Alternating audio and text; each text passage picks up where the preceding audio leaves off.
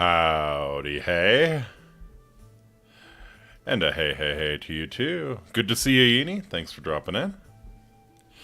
Alright, audio's looking pretty decent. I think, since we started a little late, we'll jump right in.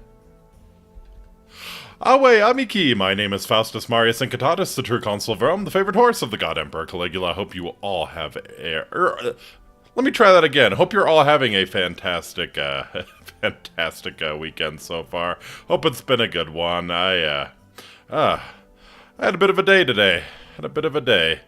I had some family visiting. Got to see my niece and nephew again. So they're great, but they do kind of wear you out, chasing them around a little bit.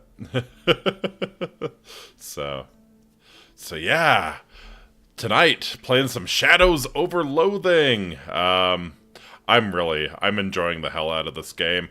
Not only because of the sense of humor, but also because it really seems like they did a little bit of homework on the time period. There's a lot of stuff in here that's very 20s authentic. Very true to the time period in which H.P. Lovecraft would have been writing, So we're going to be continuing. I'm waiting to see the real Eldritch horrors show up. I think we're going to get to that point. In the stream here pretty soon. So looking forward to that. As far as stuff that's coming up, I will not be streaming tomorrow as usual. I'll be trying to get a schedule out. But yeah, it should be a fun week. Should be a really fun week. Of course, looking forward to this week or next weekend. I'll be playing Baldur's Gate with Yini, and then well, Yini and I are going to be doing a collab on my channel because it's been way too long since we've done one on my channel. So we're going to be playing River City Girls. It's going to be a lot of fun, I think.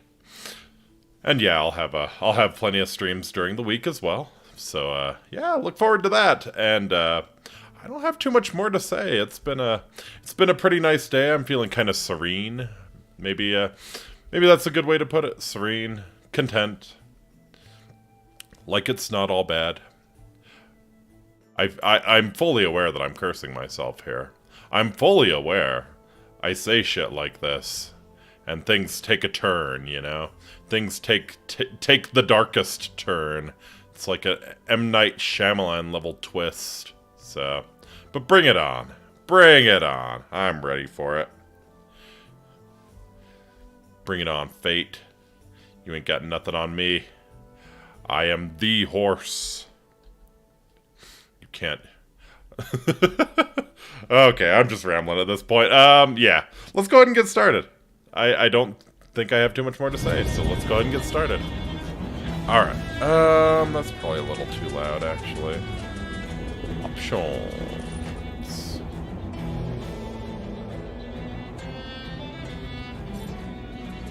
Okay. Yeah, let me know if the game is too loud. I don't know what they do with their sound design, but all of Asymmetric's games are like this.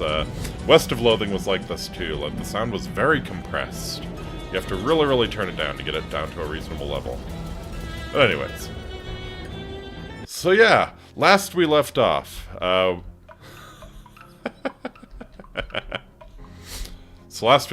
We had come to Ocean City. Our Uncle Murray had invited us. And apparently he's like some sort of he owns an antique shop, but he's also like some sort of a guardian, basically. There are horrible, corrupt things in this town, and we need to track them down and uncurse them. Hi, Calliope. So yeah, we did a few of those. We got the hat uncursed. We uncursed a pocket watch, and if I recall, the pocket watch was actually pretty strong. Am I wearing it? Yeah, uncursed pocket watch. Alright. Reduce an enemy's muscle, mysticality, and moxie by 5 once per fight. Now that it's free of the taint of that shadow energy, it's just a boring regular watch. If you think about it though, being on time for things is kind of like a magic power. Yep, the best ability is availability, you know? It's kind of sad. I found that in my many jobs that I have taken in my what 1,990 years of existence. Yeah. Sadly, a lot of the times just showing up on time That's enough to get the boss impressed with you, which is really kind of a sad commentary on people and their work ethic, I guess, is the way to put it. Anyways, let's check, yeah, what's my to-do list? Go to sleep and talk to Fancy Dan about the speakeasy deed we found. Right, because the guy who was holding the pocket watch and got corrupted by evil forces from beyond. He was the owner of the speakeasy, so we crushed him with a refrigerator, and now I think that's how it works, right? I think that's how it works. You crush the owner of the speakeasy with a refrigerator, you now own the speakeasy. It's like Highlander. It's like Highlander. Surplus.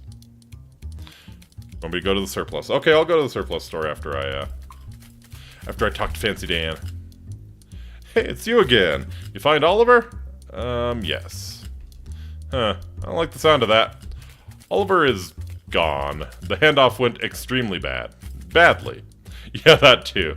You go over the events of the fridge factory. Fancy Dan makes a variety of faces at various points in your story because Fancy Dan is a good listener, as you usually have to be a bartender at a speakeasy. Did you tell them about the grenades?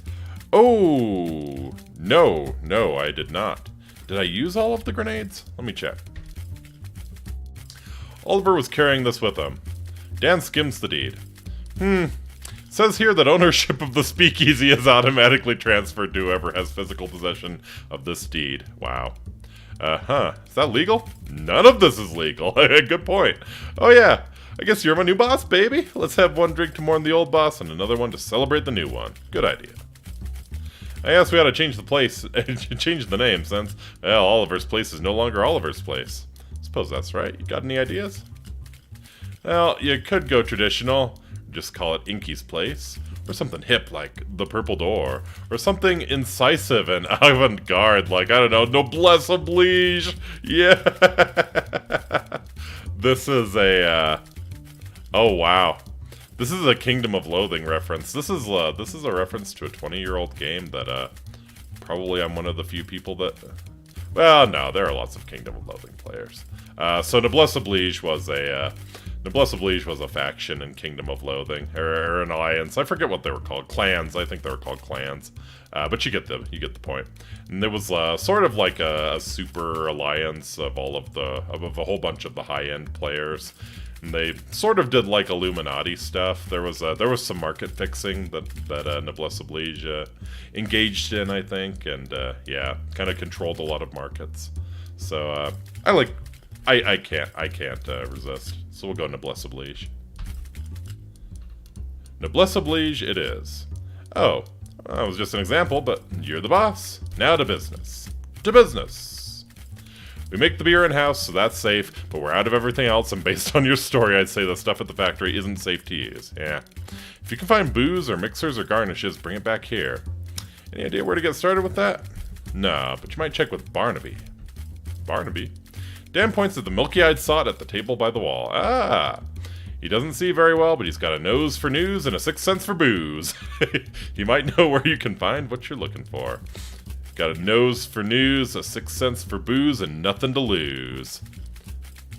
Also, really bad glaucoma. Really, really bad glaucoma. Alright. Hi, Barnaby. Buy him a drink. You buy him a drink and await his prognostication. After a few moments and sips, he clears his throat and speaks. Distilled to its essence, a lake is just a valley abandoned. Uh-huh. What else you got? Okay, I guess we should try and find a dry lake. Don't bother him, he's bouncing.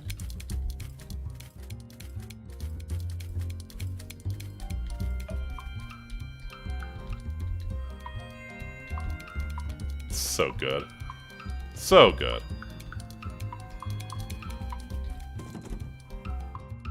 Alright. So yeah, let's go to the surplus store. Did I use all of the grenades? Let's check if I feel like I used all the grenades. Yeah, I think I used all the grenades. So yeah. Hi. Hello, how's the grenade project coming? I threw all 6 of them, and 3 of them blew up in my face. 3 out of 6 isn't too bad. I think I can still sell them. In exchange for your research, I'll give you a discount from now on. Hey, nice. How much of a discount? 200 meat in total savings across all future purchases. Here you go. This seems less like a discount and more like a flat reward.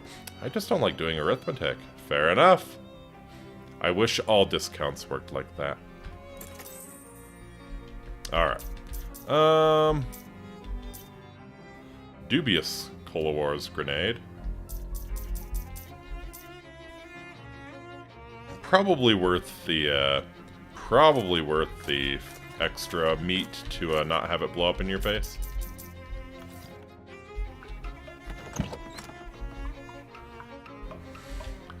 Alright.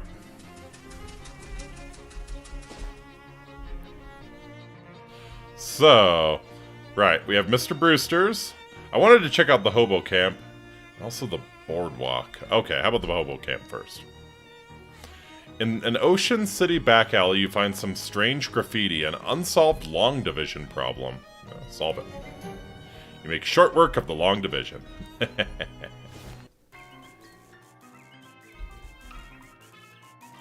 Oh, we're getting funky. We're getting funky here. Turn it up a little bit. Hey! It's the Obo Hobo! Well, hey there, friend. How's life treating you? I'm doing alright. Say, I never got your name. Oh, Obi the Obo Hobo. Nice. Likewise, Obi, I'm Inky. How's the camp? Well, it's fine, but most of the fellas here have got all kinds of stories about their travels, and it occurs to me that maybe I ain't done enough of that. You feeling wanderlust? Well, now, maybe I wouldn't put it quite that strong. Let's say a wanderthirst. Ooh. Could I get the Obo Hobo along with me? Want to tag along with me? My weird new job investigating spooky antiques seems to involve a fair amount of travel. Well, now, you're a pretty cool cat, and that does sound interesting. Alright, I'm in. Obi has joined you as a companion. Yep, that was as good a time as any. Hey, Gabby, mind waiting for me to noblesse oblige? Hell yeah. Let's hit it. Nice. Everything good, Obi? Let's chit-chat with Obi. How's the hobo life treating you? Well, I won't say I got no complaints, but there's never a dull moment. Why, are you thinking of joining up? Considering all my luggage burned up in a mysterious fire and I'm sleeping in the back room of a shady antique store, I kind of feel like I already have. Well, heck, we'll have you riding the rails in no time. You from Ocean City originally, Obi? Nah, I was born in upstate New York. What town? I wouldn't have heard of it. Nowheresville. Man, I split that scene as soon as I was old enough to stick out my thumb. Doesn't sound like you miss it much. What's to miss? Got the whole world stretched out in front of me. I like Obi. I like Obi. Hakuna Matata. Shut eye.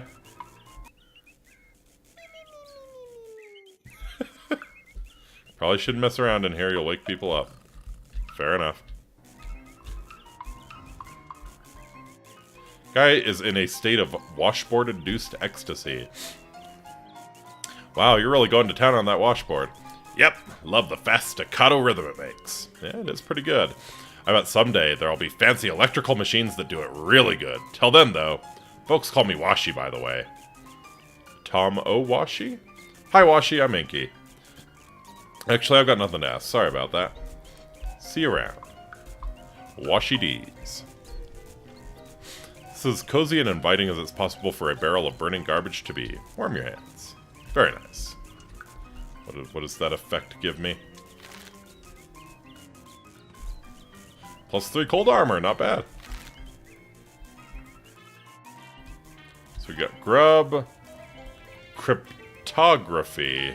Okay. Are we breaking the Enigma machine here in this hobo camp? Hey, Gus. It's a pleasure to have another run-in with a friendly acquaintance. Yeah, nice that the rain cleared up. It is nice. I do enjoy the rain, but I also enjoy dry clothing. So you're the kind of guy that's comfortable in any sort of weather, eh? Yes, I do my best. Can't stop a rain cloud by crying, after all. And in fact, when you get right down to it, pretty much anything that happens to a person can be considered weather of a sort. Huh, that's real philosophical. Old Gus says, if you can find the pleasure in any circumstance, then you'll never be a sufferer of misfortune. Gosh, okay. We have a hobo philosopher here. Gosh. Gosh, gosh, gosh. This is a hobo lady you haven't met yet. Hello there. Well, hello there, dearie. I don't believe we've been introduced. I'm Veronica. Hi, I'm Inky. Can I offer you a cup of tea? It's homegrown, so to speak. You just pulled a bunch of weeds out from the side of the road and boiled them, didn't you? You found tea leaves around here? Just about any leaves can be tea leaves with the right attitude. Yeah, I'm fine, thank you. That sounds god-awful. I like your hat, though. Why, thank you. I grew it myself. The flowers? The whole thing. I'm trying to grow some socks as well, but they're much trickier. Yeah, I imagine. Hey, don't touch that telephone. Royal use only. The phone isn't actually connected to anything. Don't let it hear you say that. What's your deal, dude? Hello there, you must be the Hobo King. Crown gave it away, I presume? Yep. Well, you are absolutely correct. I am the Hobo King, though to foster a more familiar air, I permit my subjects to call me Johnny. Nice to meet you, Johnny. I'm Inky. What can I do for you, Inky? I have many questions. Where are you from? Hoboken. The Hobo King from Hoboken. Very nice. Of course you are. Of course you are. Alright. Nice! Geez, even the speakeasy can't afford a proper piano player. Ample condiments, but you don't feel right taking any. Look at him go. Due to supply chain difficulties, the grub car is currently BYOG. Condiments are still available to camp residents. Guy's really jazzing up the place. Hi there, I'm Inky. Howdy, they call me 52 Teeth Thompson, or just 52 for short. Huh. Is that because of the 52 white keys on a piano? Nope. Aha. Oh, it's lucky they happened to find a piano for the camp. Oh, I brought this baby with me. On foot? How? Well, took a few trips. Alright. Majestic. Alright, I can't not check out the cryptography cart.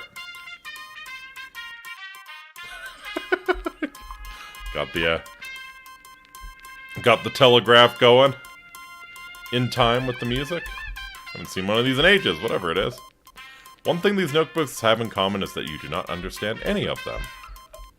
Bewildering array of partially redacted nonsense. Don't even understand the titles of these books, much less their contents. Device seems to have music coming out of it. Yeah, we don't really have the radio yet, do we? It's very rare. Alright, what is your deal? A hobo is flipping through a worn book, occasionally stopping to check the strange machine next to him and pencil some notes in the margins. Hi there. Oh, hello. You must be new here. I don't think I've seen you around before. Yeah, my name's Inky. Pleased to meet you. I'm Letters McCabe. Is there anything I can assist you with? Why did they call you Letters? I'm a expert in microcryptography, aka hobo code. Are you familiar with it? No. What's that? It's a system of pictographic elements that can be written unobtrusively on walls or carved into fence posts, etc. They're traditionally used by hobos to leave messages for other hobos, to mark a house where the occupants are charitable, for instance, or to warn of a vicious guard dog, that sort of thing. I'm working on expanding the system for more general communications purposes. That is kind of interesting. We gonna learn the hobo signs now? So what's that book you're reading? This is a hobo code manual. I can teach you the basics if you'd like. Yeah, that sounds very useful. Spend 10 minutes or so going over the basics of hobo code with Letters. He teaches you some of the most common glyphs. If you'd like to know more, just ask any hobos you meet. They're honor-bound to assist new learners. That's the hobo code.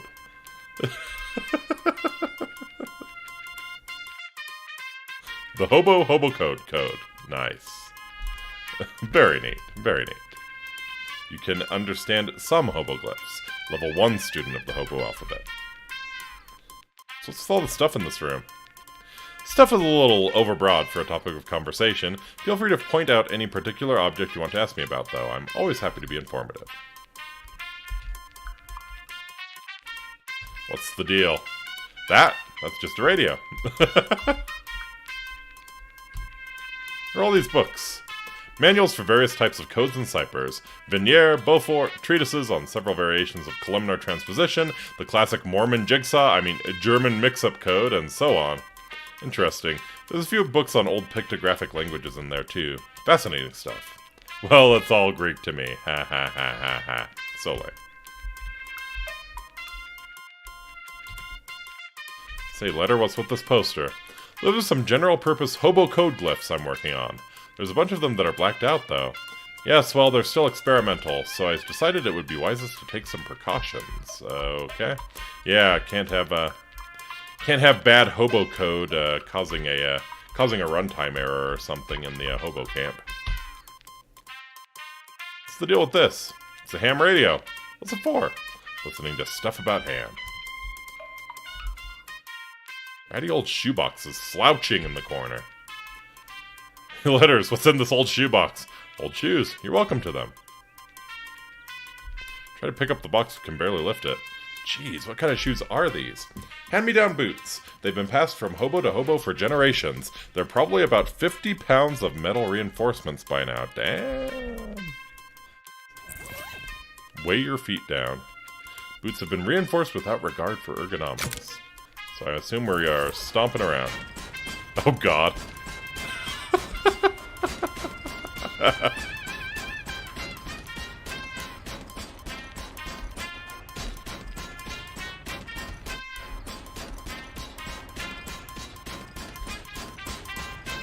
Nice, we're in time. In time with the music. Some rhythmic stomping here. Okay, that's gonna get annoying fast. Unequip.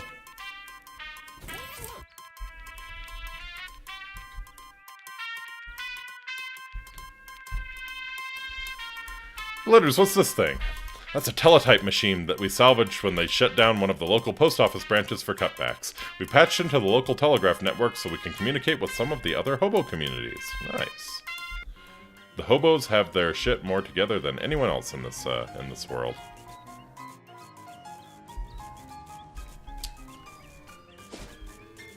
Very interesting. So we can go to Ms. Brewster's or the boardwalk. How about Ms. Brewster's? I think that was... As you're walking down one of Ocean City's residential streets on the way to where you're going, you hear eerie music coming from the upstairs window of a nearby house. Eerie music house. Let's go. Zimmer's house. Oh. Yeah, that is, that's a little eerie. I'd actually turn this up a little bit.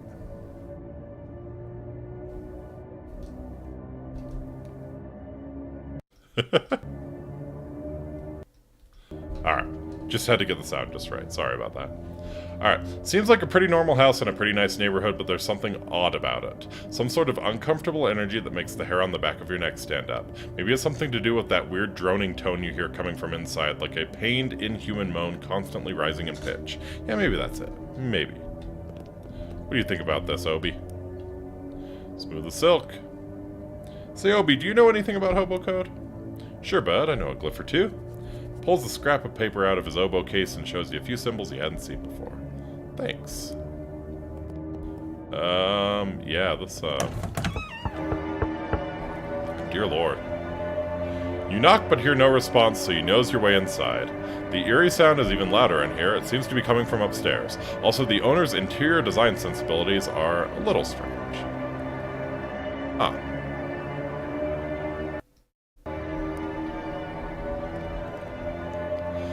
Bunch of books about music theory, even the most basic one would be totally beyond you. Dusty disused chess set. A day stand. Not a nightstand, a day stand. The plate rack is a statement piece, and the statement is, I have too many plates. Ain't it the truth? Cabinet's full of backup plates. Shelf full of trophies from music competitions, You pull out a sheet, but it's all in German, und du kannst kein Deutsch gesprochen. Gesprochen.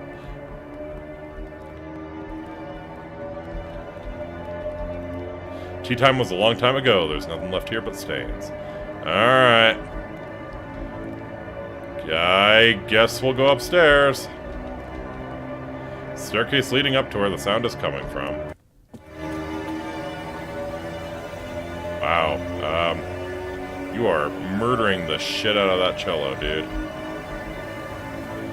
Tired-looking man is playing a cello here.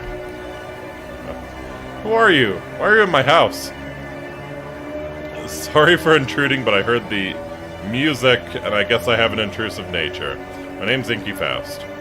Well, I am Ernst Zimmer. Forgive me for not stopping, but it is vital that I continue playing. Now, what in the world are you doing? There is a darkness beneath my house. Did you check the fuse box? No, it's probably that then. Listen to me. I had a dream, a premonition of a dark rift appearing in my basement and growing until it swallowed the entire house, and then the neighborhood, and then the world. That's quite a dream. It was not just a dream. I went downstairs to check the basement, and there is indeed a rift. As of now, it is still small. I must keep playing this cello to prevent it from growing any larger. How does playing the cello help? The bass vibration reverberates downward and is focused by the circle of furniture downstairs. This resonance inhibits the rift. I don't really get it, but okay. You a physicist or something?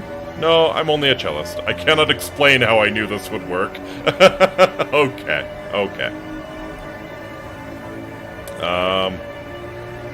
Sure there's a rational explanation. Probably just a trick of the light plus your anxiety over the nightmare. Well, plus I'm pretty sure your living room furniture can't create reality-strengthening sonic resonance waves. You're probably right. Just an old man jumping at shadows, I suppose. Happens to the best of us. Don't worry, everything's fine. Okay, and he stopped. Hello. Uh-oh! Maybe convincing Zimmer to stop playing his cello wasn't such a good idea after all. Oh dear. Every one of these moldering books is titled Blood! It would appear that two ghosts are playing a very spirited game of chess. The day stand has become a nightstand. Chair is frighteningly lean on side up. Ah, fuck. Having a hard time remaining stationary. A viscous black sludge bubbles in the teapot. Fish.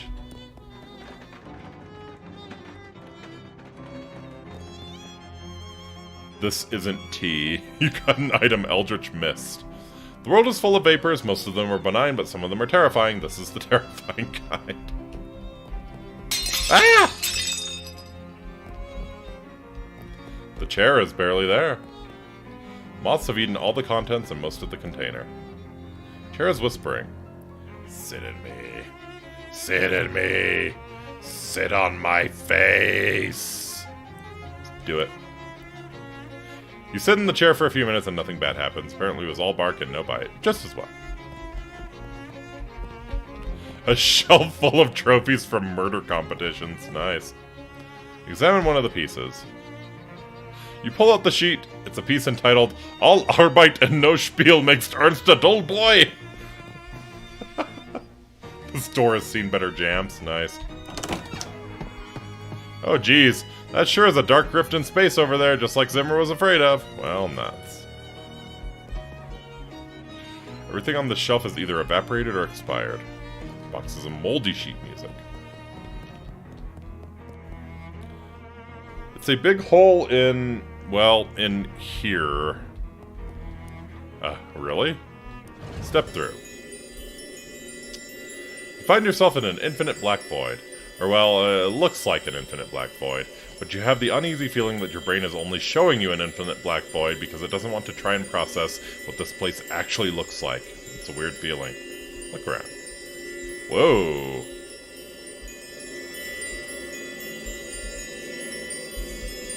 A thrumming spike of nega energy. What is your deal?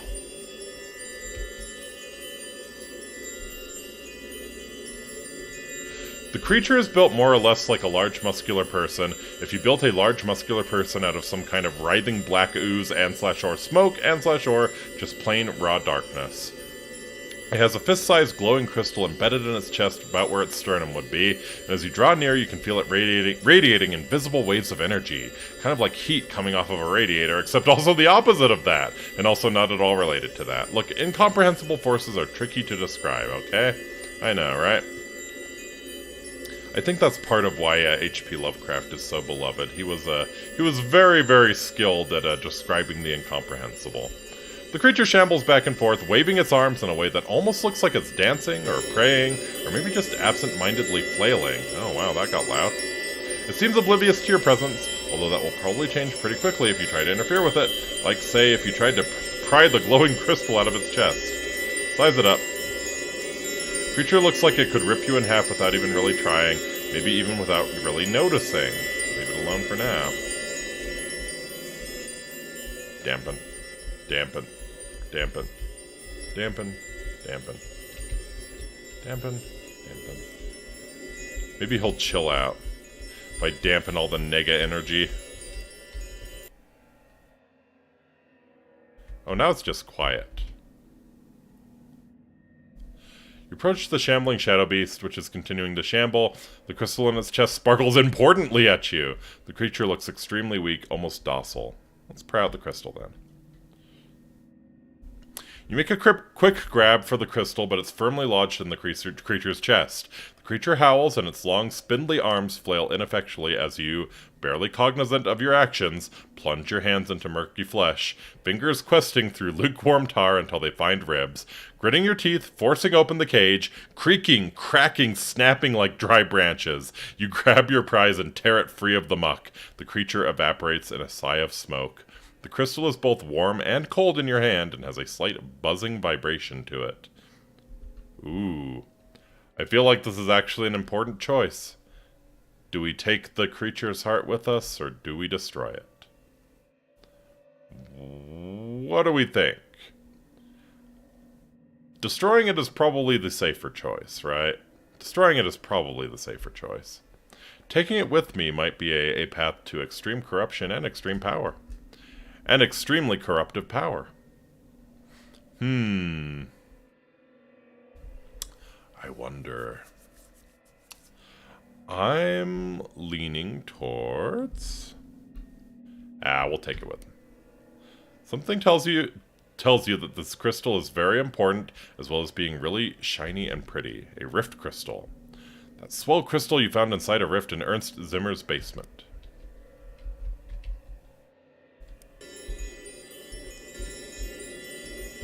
Gotcha. Yeah, we should probably dampen all of this so it stops. It occurs to you that taking that weird crystal out of here might be a bad idea. On the other hand, it's yours now and you'd prefer to keep it. Aha. What happens if I get all the nega energy going then?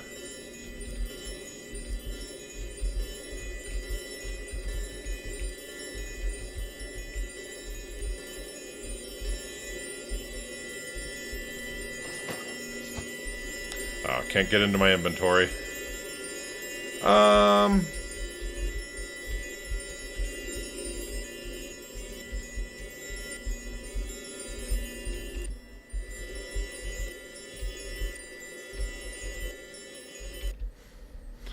Man, this is a really bad idea. Yeah, smash the crystal.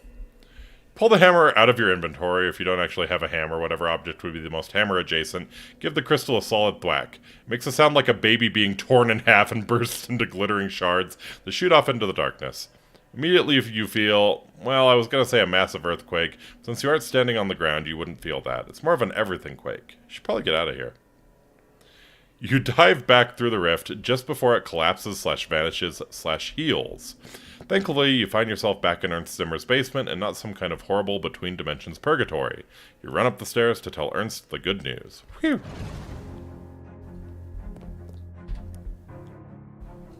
Ernst Zimmer is looking pretty nervous about this whole situation. I fixed it! I closed the rift! You did? That's wonderful! I owe you my life, and probably also my house's life. Here, take this cello. I have no further need of it, and to be quite frank with you, the thought of playing it ever again only pains me. Wow. Technically, it's Faust's cello now. Yeah! You have no idea how to play the cello, but you do know how to swing a great big club. Oh, thanks. Moxie plus 2 physical damage causes bleeding.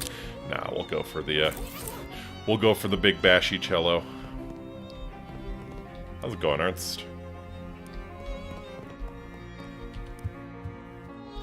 Everything back to normal. Very good. Very good.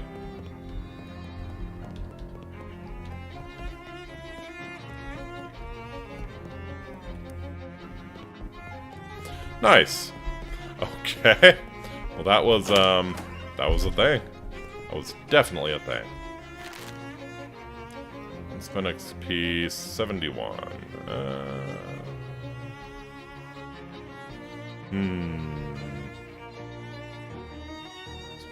Yeah, probably nothing I want to pick up just yet. Get the hell out of here? Yeah. Ms. Brewster's. A thin, nervous-looking man in a suit stops you. Excuse me, sir. Do you fear for your safety in this dangerous city full of hoodlums and criminals? I fear nothing, least of all death. Overconfidence can be a real killer, sir. Fortunately, I have something here that can justify it. Oh, I see. What are you selling? Holds up a small case and opens it, displaying a selection of the tiniest pistols you've ever seen. Derringers! Let's go. With one of these up your sleeve, in your sock, or wherever you can think to hide it, personal self-defense is right at your fingertips. Huh. Are concealed pistols legal in this state? What? Probably? Sure. How much? Only 30 meat. An extra small Derringer. I'll buy one. Thanks. You won't regret this purchase. Ms. Brewster's home for traveling salesmen. Hey, it's a message in hobo code. Translate it. The code says, nice lady, but she only likes salesmen. Ah well, not super useful to a non-hobo, but at least you got some translation practice. Door isn't locked. Head inside. As you enter the boarding house, you discover some kind of hullabaloo or perhaps a kerfuffle. A stern-looking middle-aged lady is surrounded by 6 agitated men, all talking over each other. Let's listen in. Gentlemen, I insist you settle down at once. We won't get to the bottom of this with you all acting like panicked schoolchildren. Miss Brewster, you gotta call the cops. Ha! What this town calls police, I wouldn't trust to solve a jigsaw puzzle, let alone a serious crime, and I won't have those hooligans turning my house upside down. But there's been a murder. Somebody has to do something. A murder. Is it the death of a salesman? Oh no. What you can all do is go to your rooms and let me think. Good gracious. The men file up the stairs, abashed but still fidgeting nervously. Hi, Miss Brewster. Excuse me? Miss Brewster sighs exasperated. I'm sorry, I don't have any vacancies. Or well, I suppose I do, but I can't let you have the room until this whole mess has been sorted out. One of those men said something about a murder? Yes, it's absolutely ghastly. One of my lodgers was murdered in the night and nobody heard or saw anything. I'm practically at my wit's end. Probably because the salesman's death is a metaphor for the death of the industrial society in America. He was killed by symbolism. Offered up. Maybe I can help. Name's Inky Faust. I'm kind of an independent investigator sort of thing. Oh, like the Belgian fellow in the mystery novels. But, sure. Well, that's marvelous. If you can solve this mystery, I can pay you quite reasonably. It's a deal.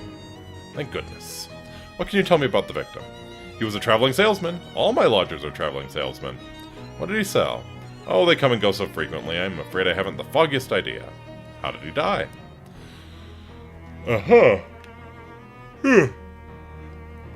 I'm not sure. The body is missing. Look, you'd better just go and have a look for yourself. He was in 3C. I locked the room so that no one would mess around in there. So the body is missing, but you know he's dead. Only Miss Brewster's allowed into the kitchen. Not a crumb to be found on the dining table, and Miss Brewster keeps this place spick and span. Whoops. Little note next to the phone says, do not use phone. Tiny oil paintings of previous boarders. Nice. Radio plays agreeable music at a polite volume. How nice. Potted flowers saw nothing. Whoops. 2C? How about 2D? Room 2D, but they're really all 2D if you think about it. Ha ha ha ha ha. And 2D's better than 3D. Should probably check out the crime scene in 3C before trying to interview the lodgers. Fair enough. If you say so. It's a communal hat rack, but nobody's using it at the moment.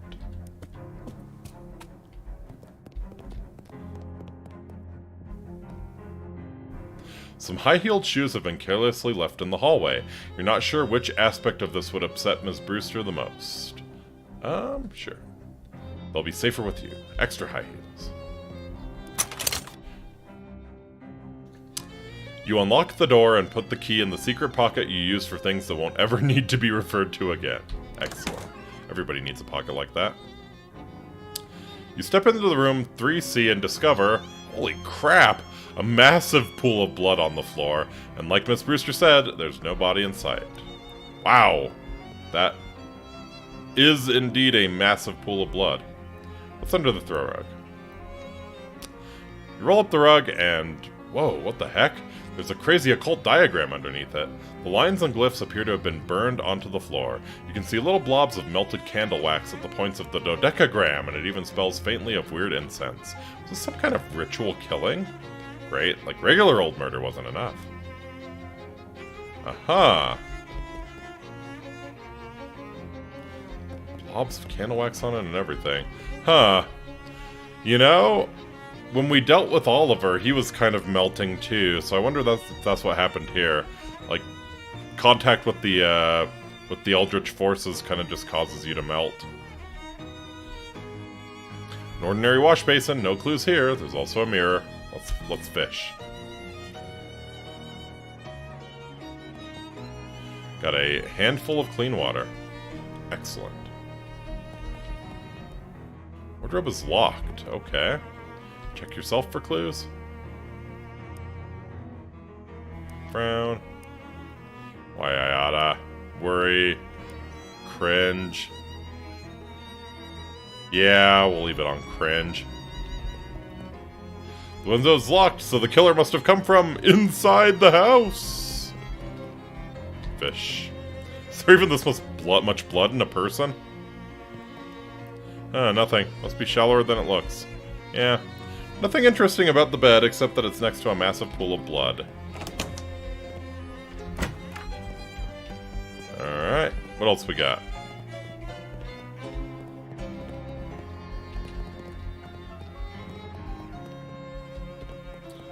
Alright. Maybe we can start interviewing. Best if you report back to Miss Brewster first. Yep, there is a fuck ton of blood.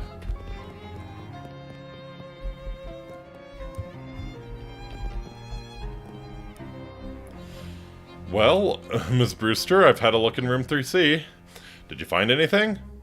I found a huge pool of blood. It was really gross. Did you find anything else? Yes, actually. An occult ritual circle. What? Oh my goodness. You think it was some kind of black magic sacrifice? I'm afraid it looks that way, yes ma'am. Well, I've always felt the lodger's religion was no business of mine, but I won't stand for this one bit. Are any of your lodgers involved with the occult? Do you know? I do recall that one of them specializes in selling occult supplies and paraphernalia, but I'm afraid I don't remember which one. You'll have to ask around. Okay.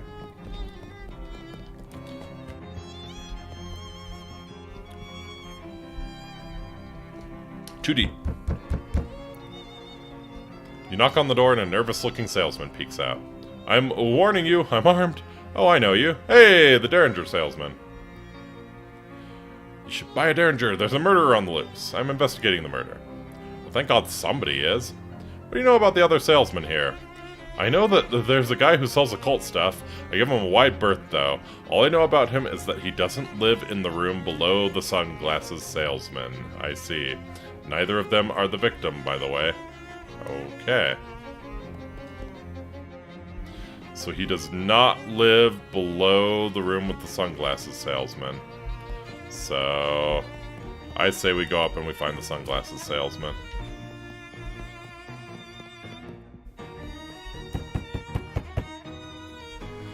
Aha, the sunglasses guy. Very nice. Okay, so he's not in a 2A. He's not in 2A. Or 3A. Well, I'm investigating the murder. Oh, no kidding? I was hoping you could give me some information about the people who live here. I don't really know any of these guys. There's a fellow that sells jokes and gags somewhere on this floor, I think. And there's a guy that sells pants, but all I can tell you about him is that he isn't the guy right below me. Sorry. Okay. That kind of narrows it down. So maybe it's 2C?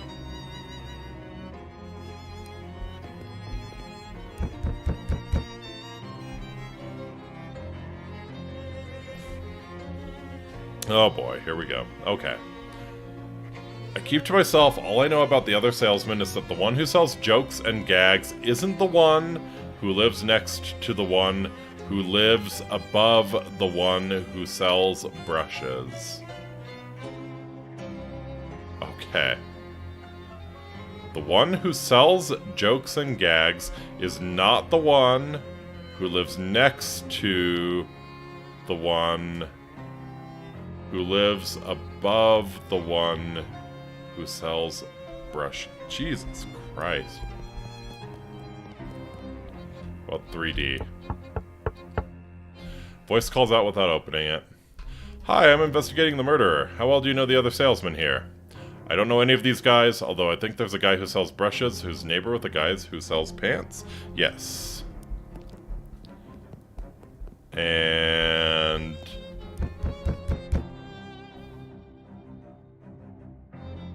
okay, so we know the pants hawker. Holy crap, I need to write this down.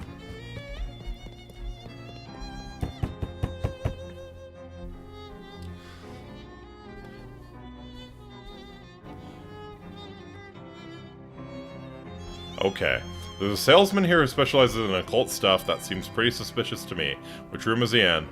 I'm not sure, but it isn't the one above me. He doesn't live at the same end of the hall as the victim, either. It's probably you, then. Right, you're the guy who sells pants. Not just now. The guy who sells those little Derringer pistols, he was complaining about the guy who lives right above him. That's the trinkets and baubles guy, because he keeps making a racket dropping stuff on the floor at night. Probably doesn't help you much, though. Aha. And he was 2D, right? The Derringer? The occult salesman doesn't live in the room below the sunglasses salesman, and they're both still alive. Okay. So this is not the occult salesman, then. So we can eliminate 2A. And 3D is the trinkets and baubles salesman.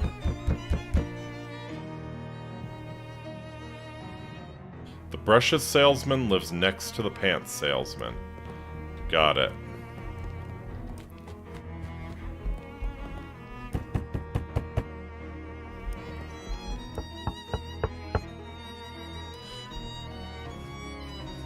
So he is the brushes salesman. The guy who sells occult stuff doesn't live above me, and he doesn't live at the same end of the hall as the victim. Okay. So it's gotta be...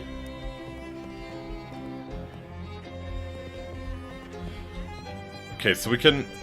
if we know he doesn't live at the same end of the hall as the victim, then we can eliminate pretty much the entire right side. Right? So it's gotta be 2A, 2B, 3A, 3B. We know the sunglasses salesman. We know 2A is not the, 2A is not... oh my god. Okay, so 2A is not because of what the, yeah. The one who lives below the sunglasses salesman is not. 2B... could be possibly... there's no response. You try the knob, but the door's locked.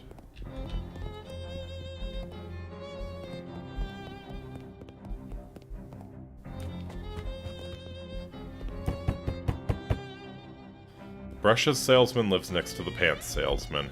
Right. So brushes and pants are down here. It's gotta be 3B, doesn't it? The salesman who sells jokes and gags isn't the one who lives next to... oh, God. Oh, no, this... okay. Salesman who sells jokes and gags is not the one who lives next to the one who lives above the one who sells brushes. So the one who sells brushes is 3B, so that's you. He isn't the one who lives next to you, so it's not 3A. Alright, so yeah. I don't think that tells us anything, because we already know this guy's the sunglasses salesman.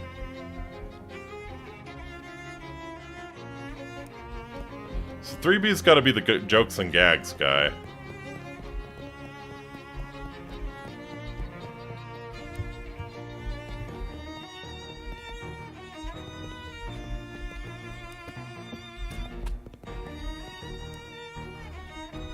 Excuse me, Miss Brewster, who lives in 2C? They didn't answer and the door's locked. It's because 2C is my room. Oh. Well, can I have a look inside? Certainly not. That's private. You can't possibly imagine I would kill one of my own lodgers. That would be terrible for business. You have a point there. Okay.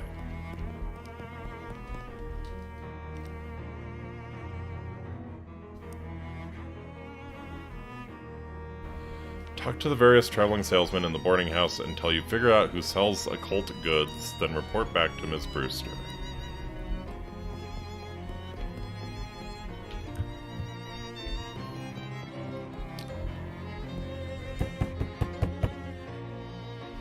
The guy who sells occult stuff doesn't live above me, and he doesn't live at the same end of the hall as the victim. So it could definitely be you, right? The guy who sells derringers lives right underneath the guy who sells trinkets.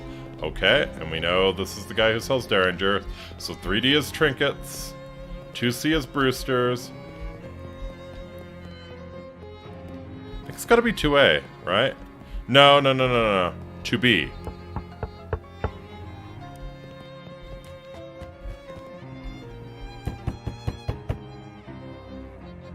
Brushes salesman lives next to the pants salesman.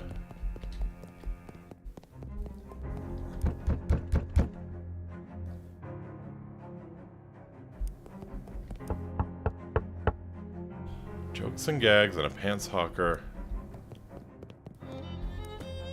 Are there... Am I missing stuff on the first floor? There might be stuff on the first floor. No. Nothing on the first floor. Oh my god.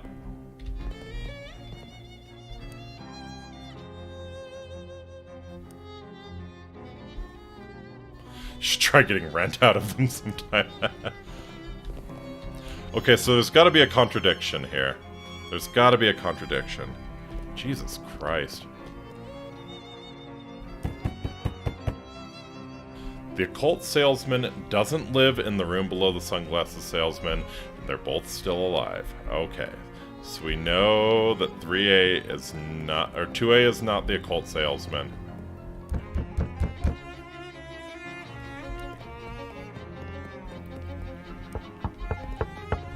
To see is Brewster's room. You're the derringer salesman. 2A is not it.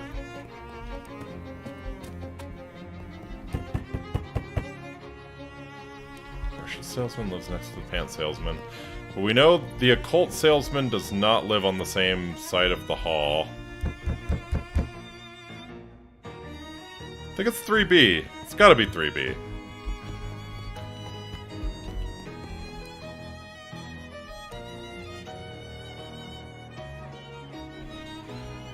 Maybe if we confront him with it, he'll either confess or give us some usable information. Pretty sure... Okay.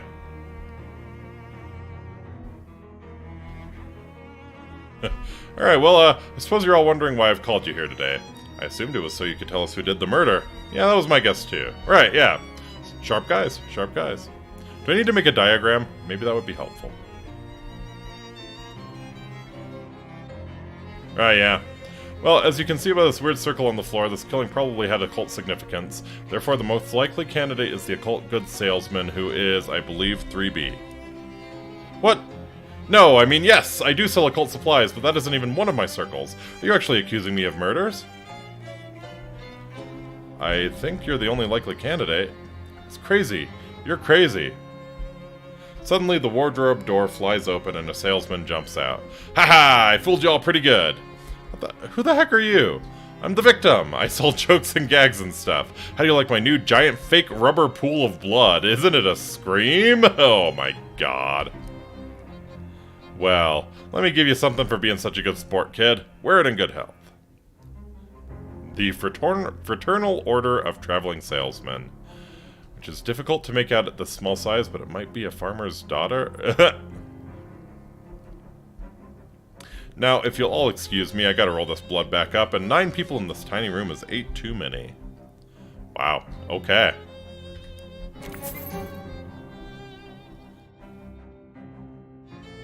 Well, that could have gone worse. That occultist gentleman was quite offended by your accusation, but I believe he'll get over it. Here's your pay, young man. Thanks, glad to be of help. I'd say I'll call if I ever need your services again, but I think one exciting thing happening here every few years is quite sufficient. If it happens again, I'm just going to throw everyone out. Very good idea.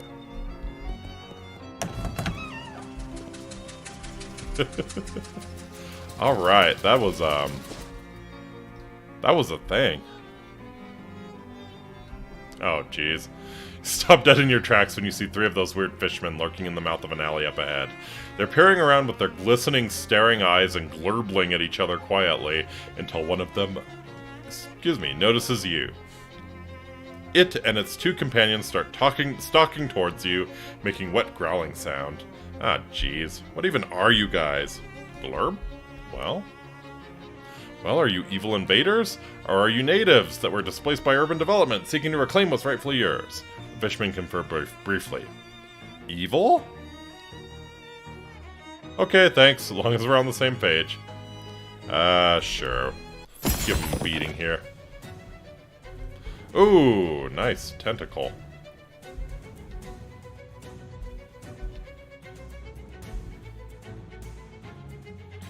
Sonata.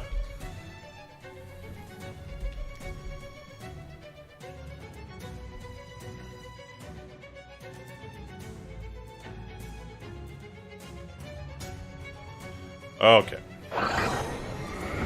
Blast you with the stinky cheese. Throw a rock at ya.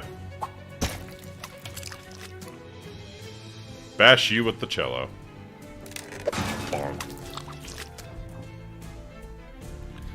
Obi the Hobo will play a hot lick at the Flaming Tentacle, dealing 3 hot damage. Hell yeah. Obi the Hobo will slice Flaming Tentacle with the reed of his oboe, dealing 1 physical damage and causing 1 bleeding. Ah, yes. Those oboe reeds. They are indeed quite jagged. Yeah. Slime flame.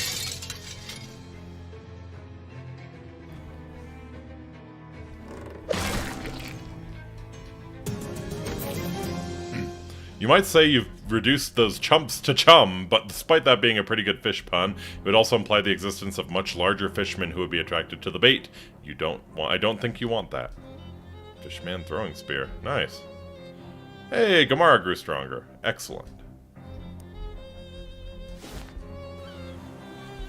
Ocean City Boardwalk. Not sure if the lamppost is holding up the hobo or vice versa. What's good? Hi there, I'm Inky. Well, hey there, pleased to meet you, Inky. I'm Dusty. What's up, Dusty? Oh, nothing much, just hanging around. I was gonna run a 3-card Monty down here on the boardwalk, but that didn't pan out. Why not? Well, there's a fella already running a game down the way, and I prefer not to step on his toes. Just as a matter of professional courtesy, you see? I see. And also because carnies get real scary about that kind of thing, and I ain't looking to be murdered anytime soon. Anyway, I can help? Well, that's real kind of you. I was thinking of looking for a different corner. Can you spare a nickel for a cup of joe to get my feet moving? Sure. Thanks, pal. You're a real good egg. She gives you a jaunty wave and wanders off. Alright, then. Ooh, a fortune teller's tent. Tony Fiasco hat photographer. You enter the dimly lit tent to see a teenage girl dressed as an old woman sitting at a velvet draped table. She points to a sign on the wall that says Tarot Readings 50 meat. Complain about the price. 50 meat is a little steep, isn't it? I could buy 7 and 63/64 gallons of gas for that much. She stares at you and points at the sign again.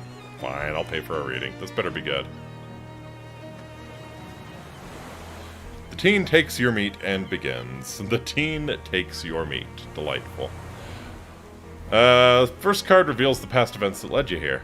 She draws a card, which she drops on the floor. She draws another card.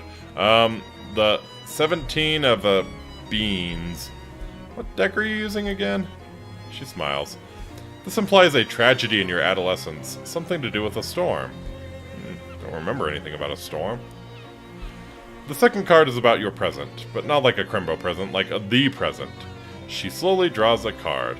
This is the Viscount of Serpents. So where did you learn to read tarot cards? She stifles a laugh. This one means that you're having your fortune told. Yes, this is true. The last card reveals your future. She draws a card. The Duke of Swords, I think. Yes, the Duke of Swords. Okay, it's the Duke of Swords. What does it mean? She stifles a laugh. In your future, I see great danger? I think it's danger. I will keep an eye out for that. Consider what just happened. I think I just got ripped off. Spend a few moments thinking about the tarot reading. Take your leave. I think I got ripped off is what just happened.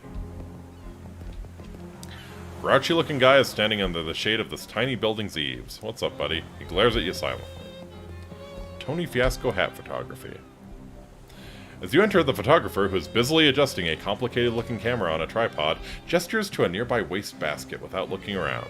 If it's more bills, there's my inbox. Hello? Oh, you ain't the... Jumpin' Jehoshaphat! Baby, where have you been all my life? Excuse me?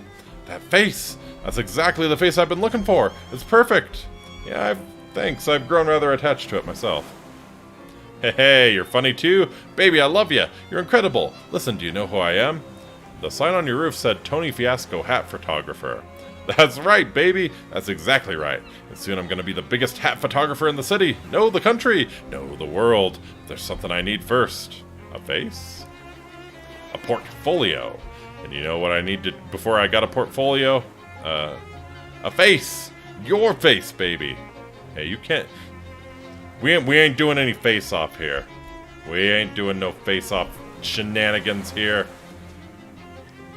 John Travolta. Scumbag. Oh, yeah.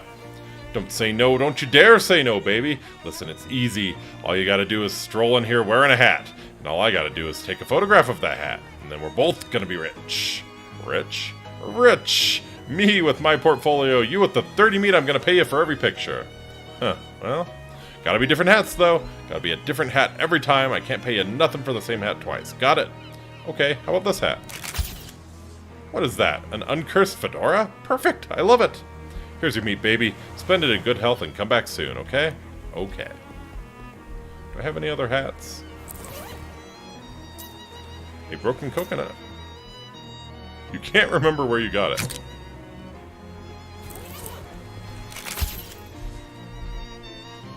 Nice.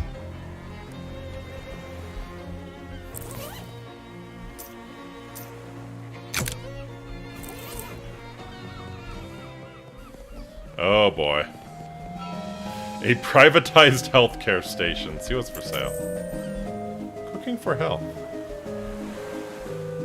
Cookbook's focus is healthy cheese recipes, guaranteed to fortify your arteries with rich protective cholesterol. Absolutely. Medical Manchego. Heal target for 10 HP and cure all negative status effects. That's pretty solid. Aha! It's made of the cotton from expired bandages. A gauze turban. A good hat to wear if you're planning on sustaining a scalp injury.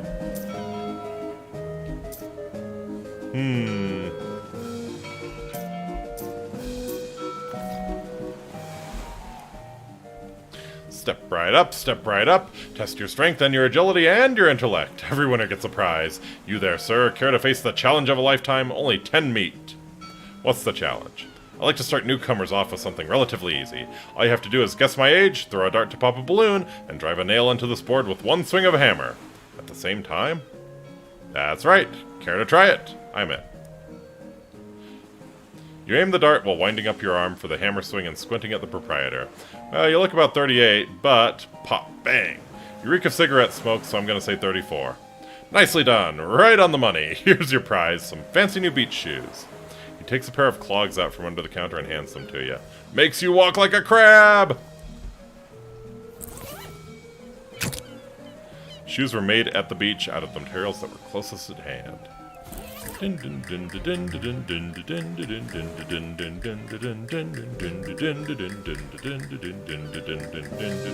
Very nice. We will do this for the rest of the game. It's a long pier, but you don't want to take an even longer walk off of it. How about we actually fish somewhere appropriate for once? Managed to reel in a handful of cream cheese. It's cream cheese in its least convenient form. Keep fishing. Find an empty bag nearby that you can use to hold any fish you managed to reel in. Nice! You caught a bathypelagic cusk eel. You toss it in your fish sack. It's a bag of all the terrible fish you've caught. It's pungent. You fished a bathypelagic cusk eel. Continue fishing. A crusty ring. Ring rendered unidentifiable by a thick layer of ocean crud. Keep fishing. A nippling tipplefish.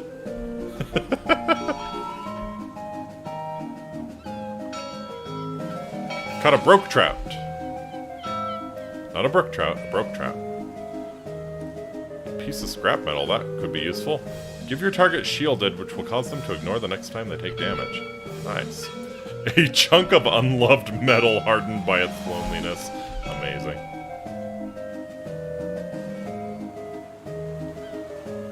Oh. These hats have names on them. Or have letters. There's I. Got a simpering wimpleback. X. A. Fish liver oil. A slum munchkin. You cut everything that was here. M.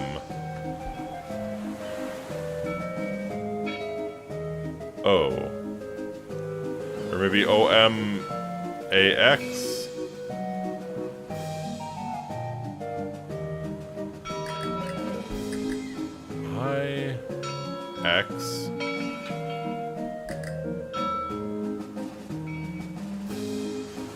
AX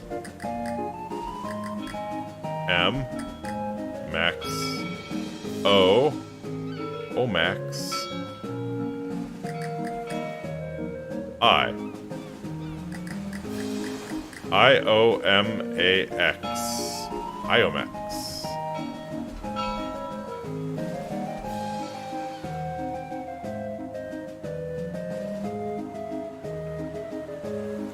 Axiom.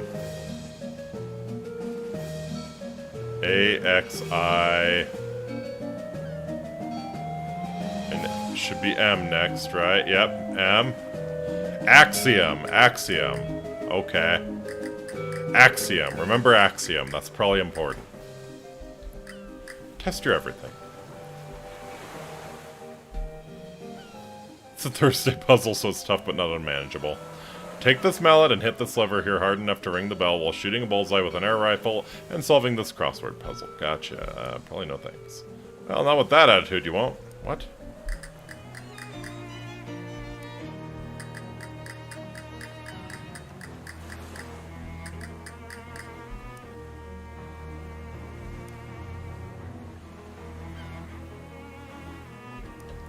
Alright.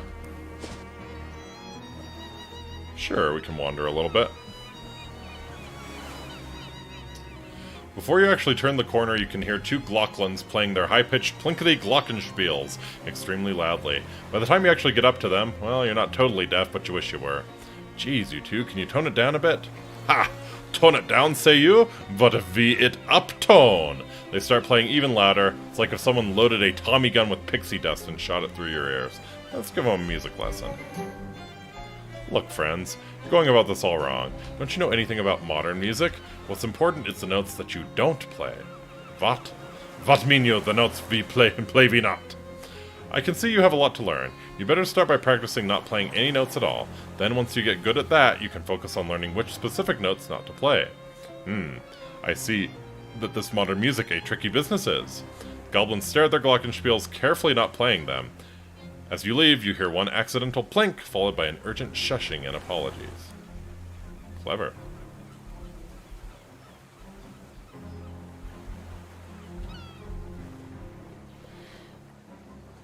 A pebble next to the sidewalk catches your eye. Using that exact same eye, you determine that it's no ordinary pebble, it's a petrified espresso bean. Grind it up. Into energizing powder. Nice.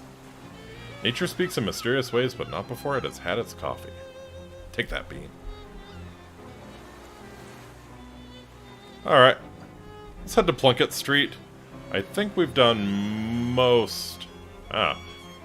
getting into the psychogeologist stuff. Notice a strangely discolored patch of curb next to a sewer grate.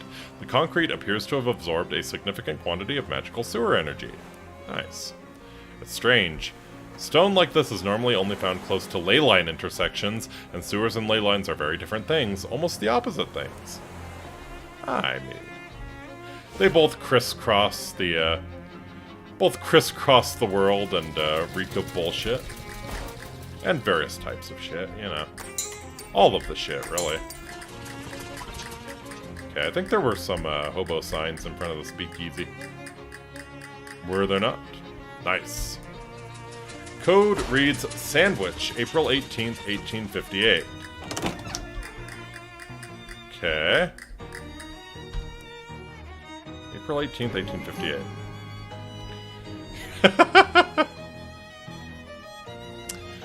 You find a flattened sandwich that has been carefully concealed in the folder for that date. So that's what the code was all about. A pressed ham panini. Nice. Not exactly sure where this meat came from, but if pressed, you'd say a pig. That's quite enough research, thank you.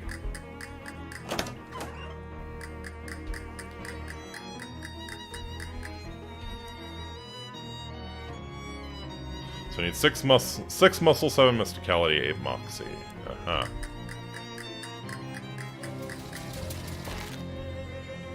Oh, hey. Alright, so I could get muscle and some hot armor, could get moxie and magical weapons attacks, confuse people with magic.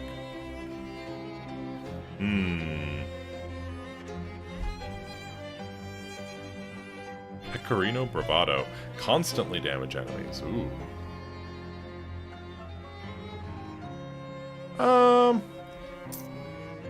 You know, a little bit of hot armor's probably not terrible. Subcutaneous Gouda.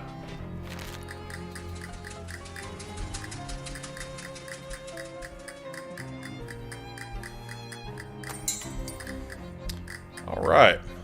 So no messages. My to-do list is just go to sleep. Don't have any side quests? Yeah.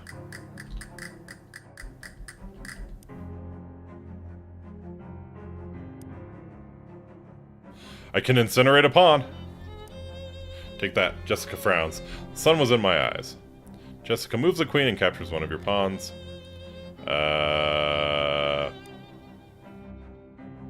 Set one of her pawns on fire. Take that. Jessica's eyes narrow. Beginner's luck. Jessica moves a pawn. How do you respond? Reposition a pawn. Crap. Jadoob a pawn. Fianchetto a knight. Well played, Jessica.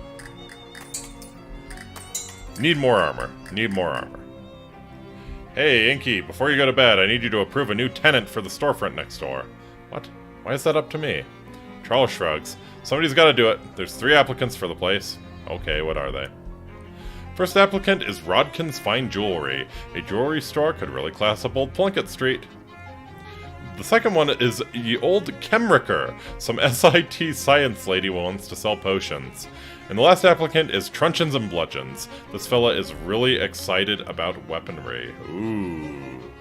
So we can go with a jeweler. Maybe also look into the perks that give more XP. That's a good point. That's a good point. Would be good to get those early. A jeweler, a potion store, or a weapons store? Truncheons and Bludgeons. What a name. What a name.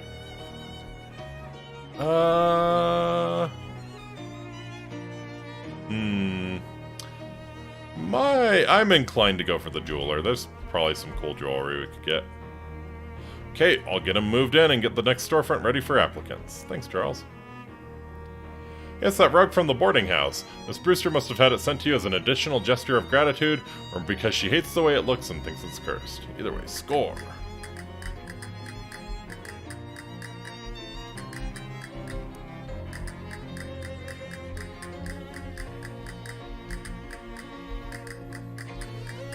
Alright, let's go to sleep. So I think this is the way to move on to the next main quest. Oh, okay, back to Dreamland. A fitful dream. All of your favorite pants gone. It's Jeff, the kid who used to bully you in 3rd grade. Make amends. Hey, Jeff, listen. No hard feelings, okay? I understand in retrospect that you must have had problems at home, and I just want you to know everything is okay now. Jeff swats the overdue library book out of your hands. Ah, I see. Since this is just a dream version of you, you're still as much of a jerk as you were in 3rd grade. Jeff suddenly punches you, knocking out all of your teeth. Hey, if this was actually happening, I'd be really mad. Pick up your teeth and walk away. These are unmistakably your teeth.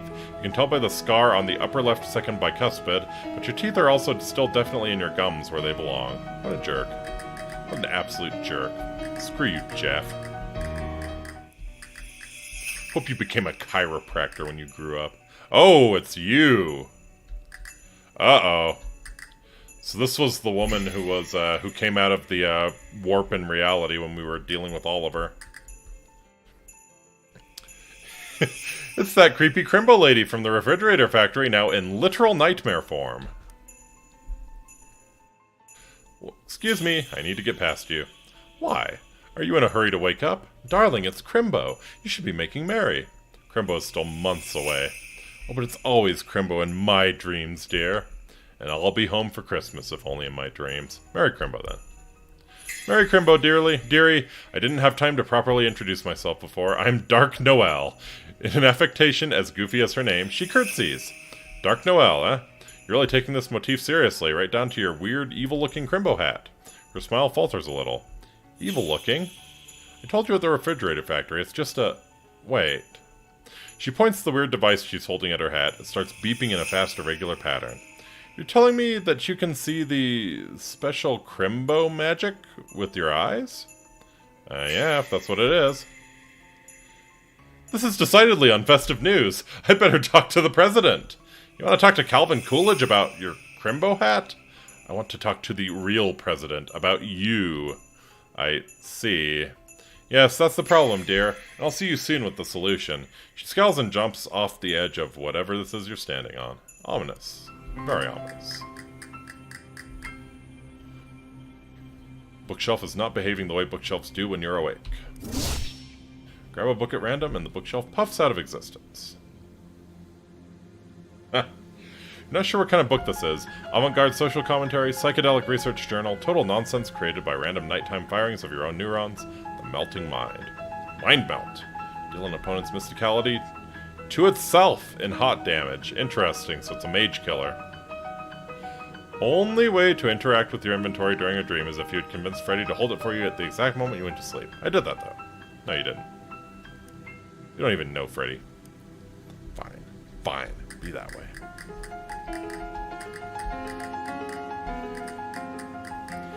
Doorway back to the waking world. Step through.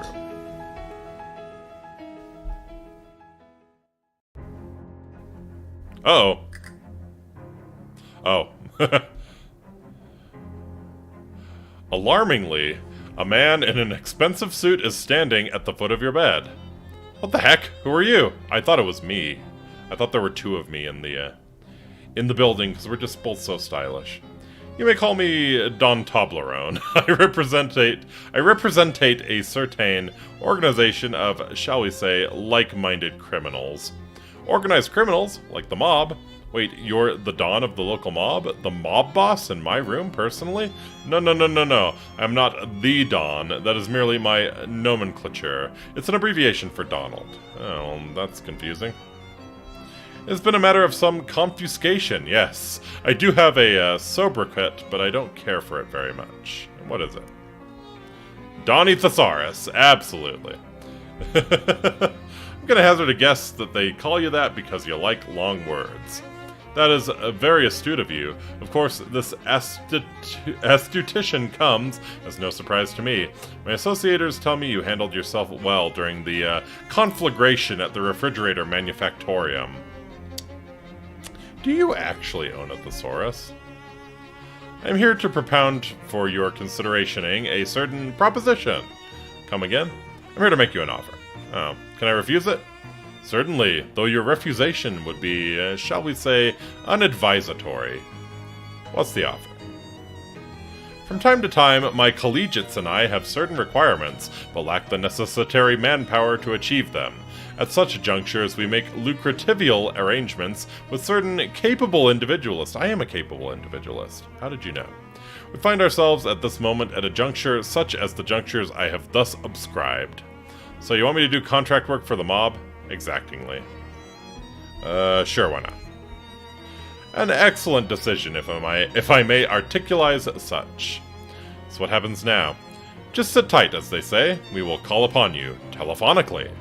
He gives you a curt nod, then leaves the room through the window. It takes him 3 or 4 tries to work the latch.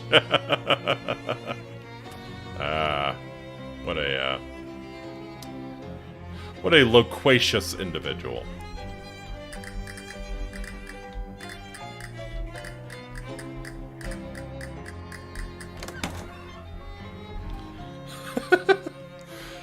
Hey there, Inky. How'd you sleep? You handle yourself well all the time. Yes. Fine, until a mob guy crawled into my bedroom window. Oh yeah, the window is pretty lousy. Anyway, the next antique I need you to find is just a mob guy crawling in through your window. Anyway, the next antique I need you to find is a compass. The direction's kind, not the circle's kind. The Detectatron says it's out near Crystal Dream Lake. Ooh. I don't know where that is, but I bet it's too far to walk. Do you have a car I can borrow? No, but I have something even better than that. 2 cars? A jet fighter? A Ford Raptor? A bus pass! The stop out front is your gateway to a whole wide world of adventure! Oh, Jessica. Jessica, you better be paying well, that's all I have to say. Swell, thanks. Where do I go when I get there? Unfortunately, I couldn't get a more specific reading than near the lake. Something about the place is making the instruments go all screwy. Here, take this map. Crystal Dream Lake postcard. Crystal Dream Lake Lighthouse. This is a postcard. It has a map of the lake on it. It has a picture of the lake on it. Yeah, that's what a map is. A picture of a place. I guess I can't argue with that logic. I really can't. How's it going, Obi? Everything's Jake. I got no complaints. So why an oboe? Why not, I don't know, a saxophone? The sax is a righteous instrument, but there's just something special about the tone and trill of an oboe. It's like a ray of sunshine coming down from heaven. As long as it's played well, I agree. Also, it breaks down into a case the size of a library book. You ever try to carry a saxophone in a bindle? That is a excellent point, Obi. Excellent, excellent point. Hi, Calliope. What's up, Charlie? Charles seems preoccupied. He keeps checking his pockets and the drawers on his desk. You lose something? Yeah, I seem to have misplaced the chuck key to my drill.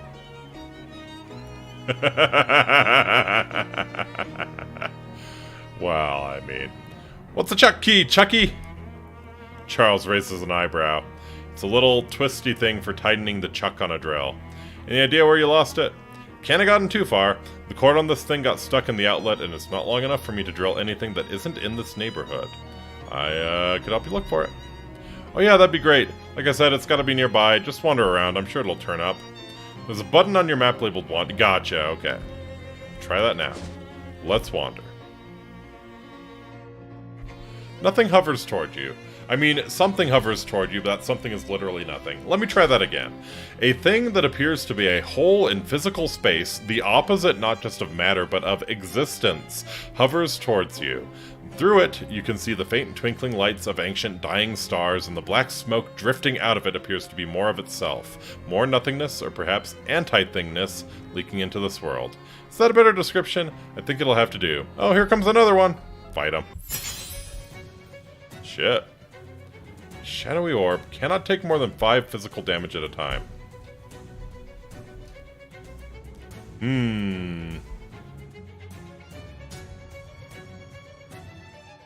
Alright, let's hypnotize him.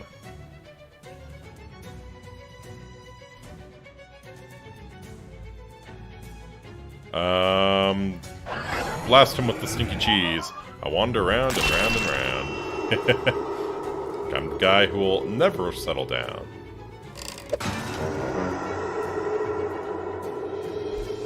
Alright. Give him a nice toot of your hobo-obo. Shadow Bonk. Horgamara. Horgamara.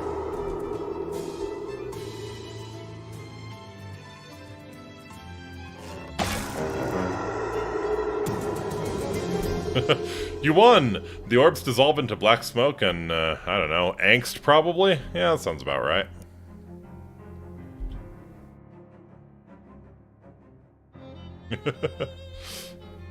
Ubi stops at the entrance to an alley and looks around. Hold up a second. I'm hearing a familiar melody. I don't hear anything. I mean in a metaphorical sort of way. Something I'm right on the edge of remembering. He taps one foot in thought for a moment, then his eyes brighten and he snaps his fingers. Climbing up onto some trash bins, he pulls down a box that was wedged behind some drain pipes. Ha! What a thing to forget. Come to Papa, baby. He opens the box, revealing some smaller boxes and some tin cans. Genuine Cola Wars rations, pork and beans, hardtack bread, a whole can of cola syrup, and carbonation tablets. You were in the war? Nope, I can carry a tune, but my feet are flat. Plus I got conscientious objector status on account of me being a pepper. Gotcha. Since the war was between Coke and Pepsi, he's a pepper. This stuff is army surplus I stashed away against leaner times. You aren't planning on eating that, are you? Even in cans, it's still 10 years old at least. The beans and bread, no. The syrup, though, this stuff don't go bad. It goes good. He pulls out a church key and punches a hole in the can. Nice hiss. Takes a swig. His eyes go wide. Whew! Now that is what I'm talking about! Obi's maximum HP increases by 5. Yeah, I'll take your word for it, Obi. Also, hi, Space Lord. Do you remember that the watch is single target, so stacking the debuff and damage on the single hole in space is less efficient? That's true. That's true. You see a glint of metal underneath a nearby bush. Hey, this must be the thing that Charles Wallace lost. Charles Chucky.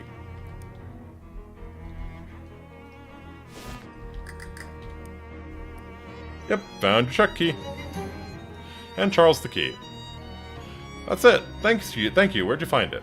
Under a bush. Oh, yeah, probably that bush I was drilling holes in the other day. Yep, nothing more right now, Charles. Thanks.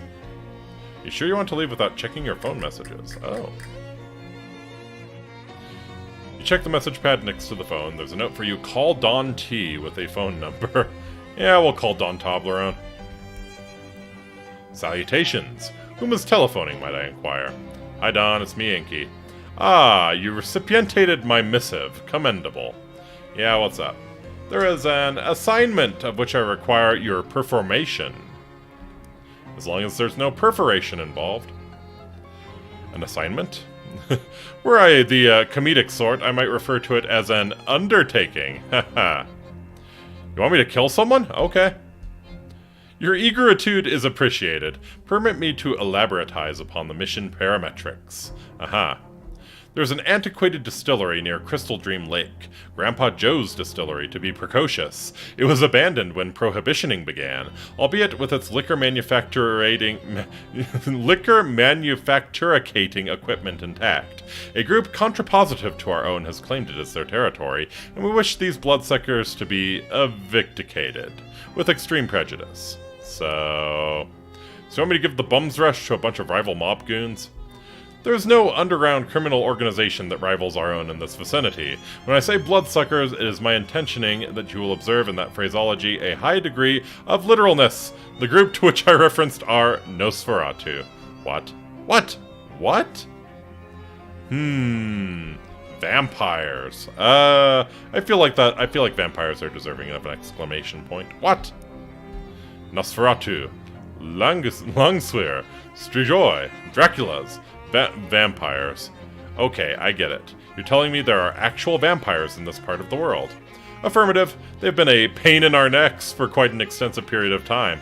Oh, I appear to have inadvertently voiced another witticism. I didn't notice. Alright, I'll take care of your vampires. I guess it isn't that much weirder than the fishmen. Where's this distillery?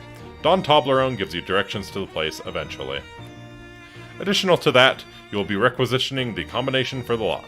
Let me guess, is it 1, 2, 3, 4? Certainly not. Kindly allow us the credit for a modicum of operational securitizing. We selected the most unassailable combination possible. 9999. Alright. At least they aren't gangrel. Well, we don't know. We don't know that. There could be some gangrels hiding in the woods. Ready to ambush us once we take down the Nosferatu. 9999! Der Krieg ist verloren. Alright, later, Don Toblerone.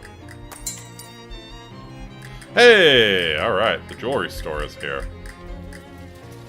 A blonde flapper cracks her chewing gum, then gives you a sharky grin and a little wave. Hi, sharky girl. Hey there, big boy. You're Inky Faust, right? Who's asking? Oh, look at you being all tough and mysterious. Well, Molly Buttons is who's asking, Buck. And I do like games, but don't push your luck with me. Okay, you got me. How do you know my name? The boss sent me to lend you a hand, and to keep an eye on you, savvy? What? Hey now, I put in my 2 weeks notice before I left Poughkeepsie, fair and square. No, not that boss, you palooka. The boss. The boss? Oh, are you our mob friend? Our mob handler? Handling all of my mobs and knobs? You know, she glances over both shoulders and hisses at you. The mob boss. Oh, that the boss. Sheesh. Can't tell if you got a screw loose or if you're just funning with me. I like to keep people guessing. I feel like Yeenie can probably relate to can't tell if you've got a screw loose or if you're just funning with me. So you're supposed to partner up with me? That's the deal, McNeil. She's a gun mall. Yeah. And do what? What's a 20-something girl like you doing working for the mob anyway? Sounds like me, alright. Hey now, I ain't just a pretty face. She pulls a Tommy gun with a full-size drum magazine from behind her back, gives it a flip in the air, and catches it with a mad glitter in her eyes. This does sound like Yeenie. Holy jeez. Tee-hee-hee. Cripes. You have to whisper the boss, but you're fine with waving a machine gun around in public? So we teaming up or what? I have to admit I'm intrigued. Always got room for a gun-toting cutie pie. Ah, are you flirting with me? That's real sweet, but I got a sweetheart already. And no offense, but she's cuter than you. Shucks. Well, welcome to the party anyway. Peachy, you want I should come with you right now, or cool my heels at Noblesse Oblige for a while? Come with me now. Yep, gun mall. Suits me just fine. My dogs are barking up a storm. You got it. Let's hit the bricks. Hit those bricks. Wow. It's the unsinkable Molly Buttons. She shoots you a wink. Glad that's not all she's shooting at me. I'm glad that's all she's shooting at me, rather. Rod can find jewelry. It's fine. This is fine. This reminds you of your favorite Sherlock Holmes story, The Case of Assorted Jewelry. Fancy jewelry, fancily presented. Hi there. Name's Inky. Hello, I'm Dorothy Rodkin. If you want a ring or amulet or whatever, old Dotty Rods will fix you right up. Cool. Dotty Rods. What do you have for sale? A baconstone brooch or a fancy tie rack? I am too poor. Way too poor.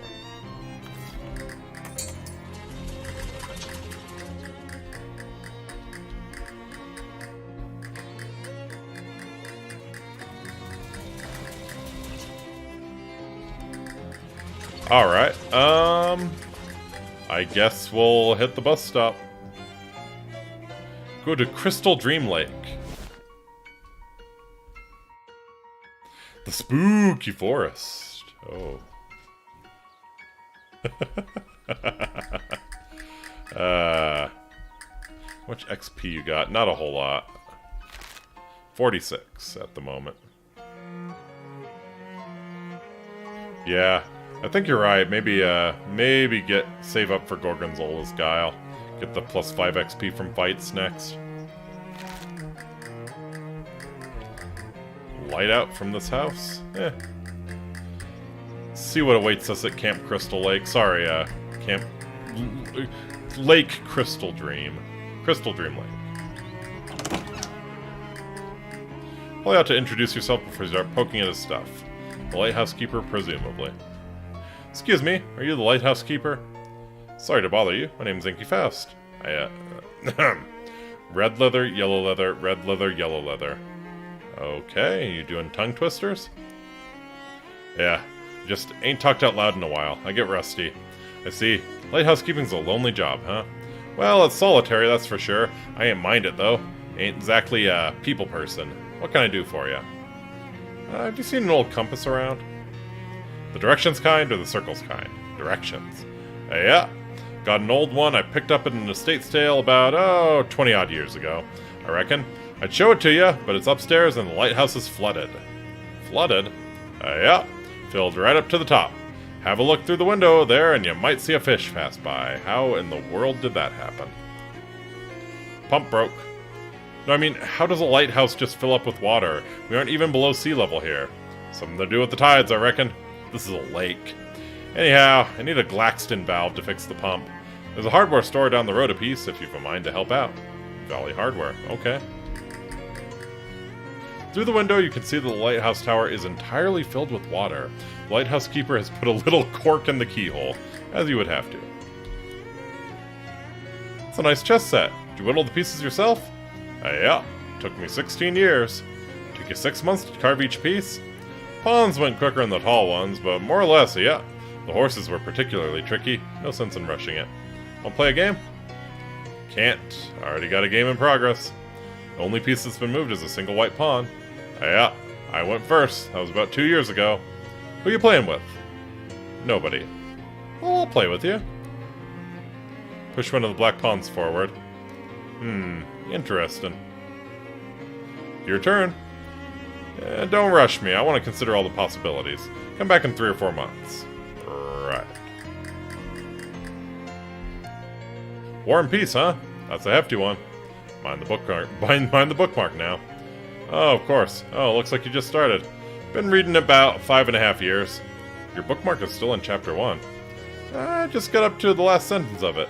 Been reading 1 word every day. War and Peace is almost 600,000 words long. Yeah, don't tell me how it ends. I won't. Okay. He is taking his time. Arcane oven. Hey, nice. Some fancy food. Ooh.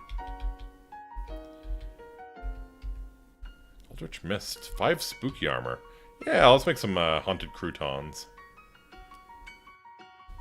You make a handful of croutons, then wave them in the mist until they get super haunted. 1 mysticality, 1 AP regeneration, sure. You make some batter with the flour and the ooze, then deep fry it to perfection. Absolutely. Coffee cake. You mix the powder with the flour and bake a cake. Then you frost the cake with some old coffee grounds you found in a percolator somebody left on the stove. That sounds disgusting. Coffee-flavored cake packed with stimulants that are unrelated to the coffee. Difference between this and a bagel is the sugar content, and also that bagels aren't usually radioactive. 1 mysticality, 1 AP regen per round. Interesting. These would go well on a Caesar salad served on the 16th of March. That's clever. Very clever. Since Caesar was murdered on the 15th of March. Or thereabouts. I think I'll eat the glow nut. You eat the donut using tongs because you don't want to get any of the radiation on your hands. Sweet glow. Safety first.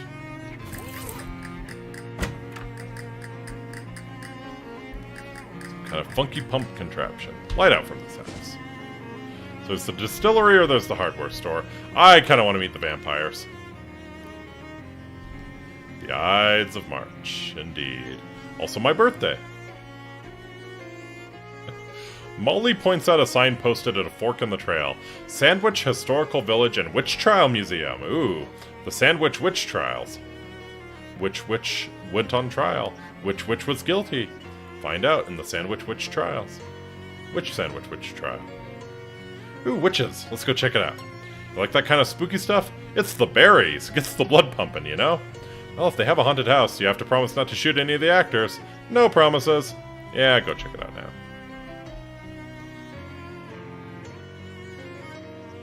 Ooh. All the way around the lake. Sandwich Museum.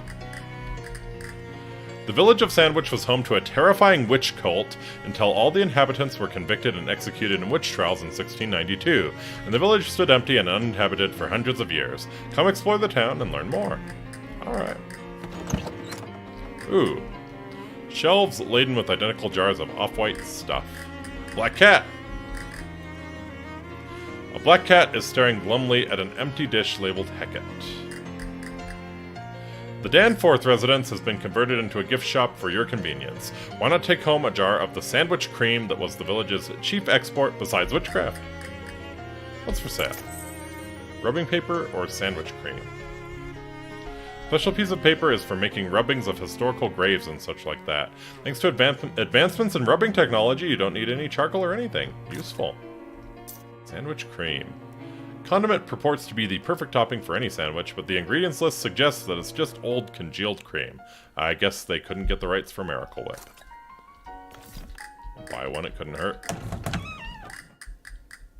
Alright. House was the residence of the Danforth family. We already stepped inside. Putnam House, which partially burned down under extremely witchy circumstances. This trough may have been used to bathe human sacrifices before the ceremony. We don't have evidence of that, but it seems possible. That's some good archaeology right there. Everything in this house was destroyed by fire except these two objects, which were found concealed inside a metal box. Antique ragdoll. Ragdoll has a bunch of old pins and needles stuck into it, and for some reason has the word boring embroidered across its front.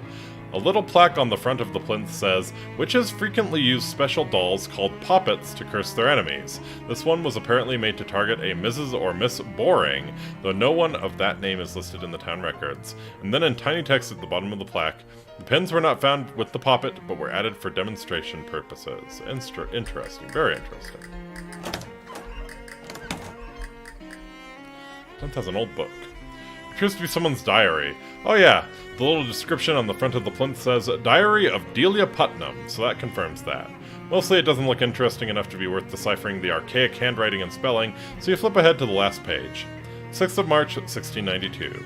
Ugh, I hate that Peter Proctor so much. He thinks he can just go around being mean as he wants to everybody, just because he has lots of money and lives in a big house and all. I should have used a much stronger curse, it would have been worth the trouble. Aha! Seems pretty damning. Hi there, buddy. Security guard is keeping a close eye on things in here, which honestly isn't very difficult since there's only two. Hi there. Hello, welcome to the Putnam House. Please don't touch the exhibits. Excuse me, Sorry, sir, I just get paid to stand here and keep an eye on things. I don't actually know anything about the exhibits. I guess that won't work. It's the witching well. We actually use this well for water, so please don't throw meat into it. Nice gazebo. Sign reads, Sandwich Gazebo, Vagrants Not Welcome. That's not very friendly. Traces of strange plant matter in these tubs prove that they were used for brewing all kinds of horrible potions.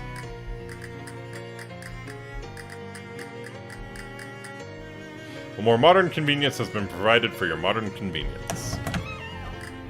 Huh.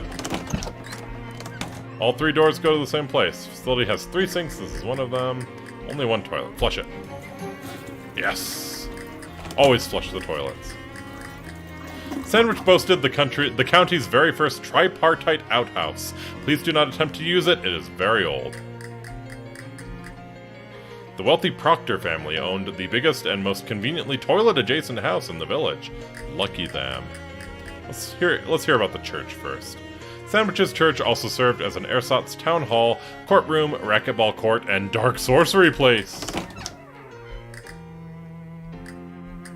In 1692, the inhabitants of Sandwich were executed in the witch trials that were popular at the time, as evidenced by this old signpost announcing one such trial.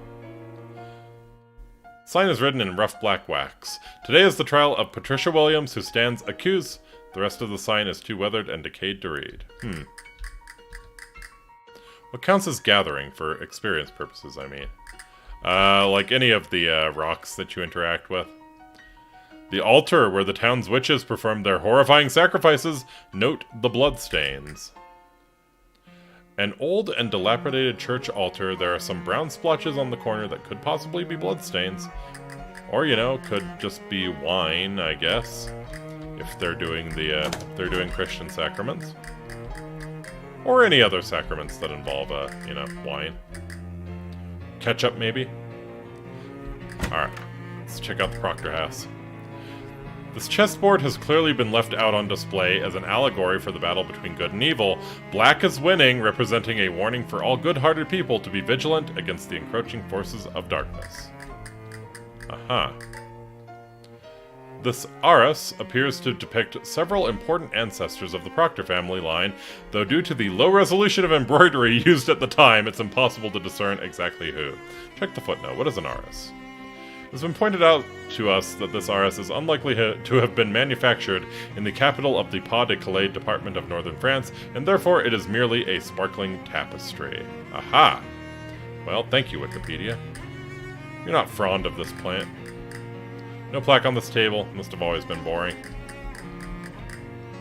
According to county records, these were the most expensive stairs in the county. They go up a full 1.5 floors. Ooh.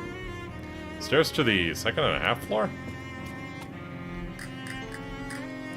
The upstairs rooms are off limits while we catalog the contents. Please pardon our dust. This bedroom was traditionally given to servants as it was felt by the Proctors that it would be less of a tragedy if they got up in the middle of the night and fell down the stairwell. Yeah, that sounds about right. Ms. Proctor's bedroom is especially off limits. We figure out how to deal with the strange mold we found behind the wallpaper. Geez. I wonder why people were having witch delusions here. Mr. Proctor's bedroom, home to the county's most extensive collection of cravats. Wonderful. This was the bedroom of Peter Proctor, the only child of Nicholas and Abigail Proctor. This was the Proctor's spare room, where they kept spares of all expensive things they owned. Always good to have backups. This room is not part of the tour and is also not part of the house. What? Okay. Well, I guess we can't go into any of these, oh, wow. Stairs keep going until they hit the wall. Seems like rich people have just always had weird taste. 1.5 floors of stairs. Alright. Maybe through the archway here. Leads to a little cemetery behind the church. Check it out. Welcome to Sandwich Cemetery. Please be respectful of the graves. Also, check out how many of them were terrifying witches who were executed in the witch trials of 1692. This is real American history right here. The American style to history. Be respectful of the graves. Check out these terrifying witches. Peter Proctor, born 1680, died 1692. He was a duty head until the very end. Beatrice Proctor, died 1691. Abigail and Nicholas, what? Nicholas Proctor, born 1656, died 1886. What the heck? He lived to be 230 years old? That. Interesting. Died 1692, Abigail did. Elijah died 1689. That must be Nicholas's parents.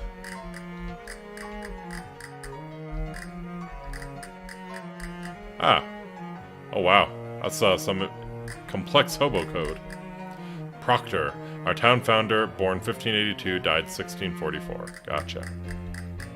John Putnam, Millicent Putnam, both died 1692. Delia Putnam, Mary Ann Putnam. His tombstone is covered in lichen. Joseph Putnam.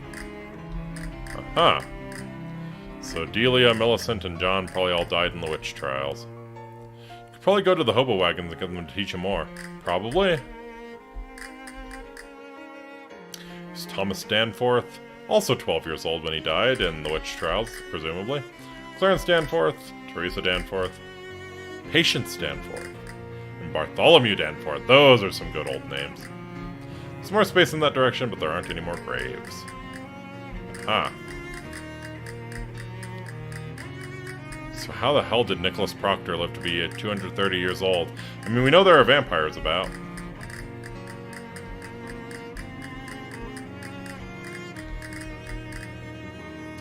This is a horse trough. Actually, it's a water trough.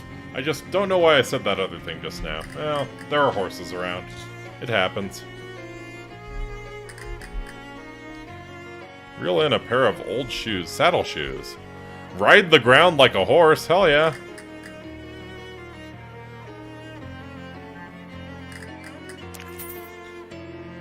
Gain 3 meat. How did that even get on the hook? My man is exuding some Zoidberg energy, yep. But now, oh yeah. We are going to have the cleanest / dirtiest butthole west of, or east of the Mississippi.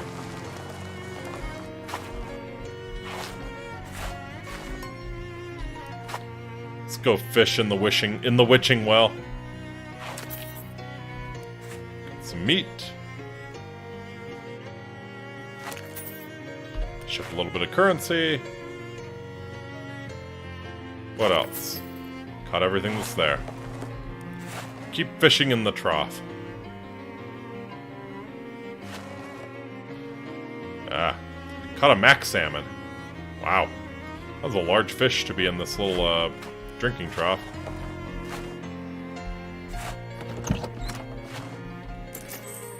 Do you have anything to say?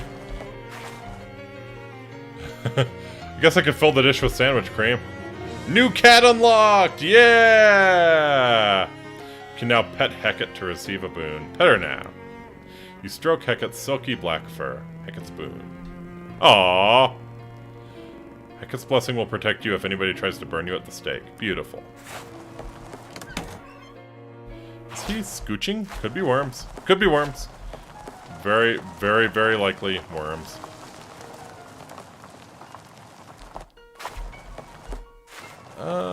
Let's see.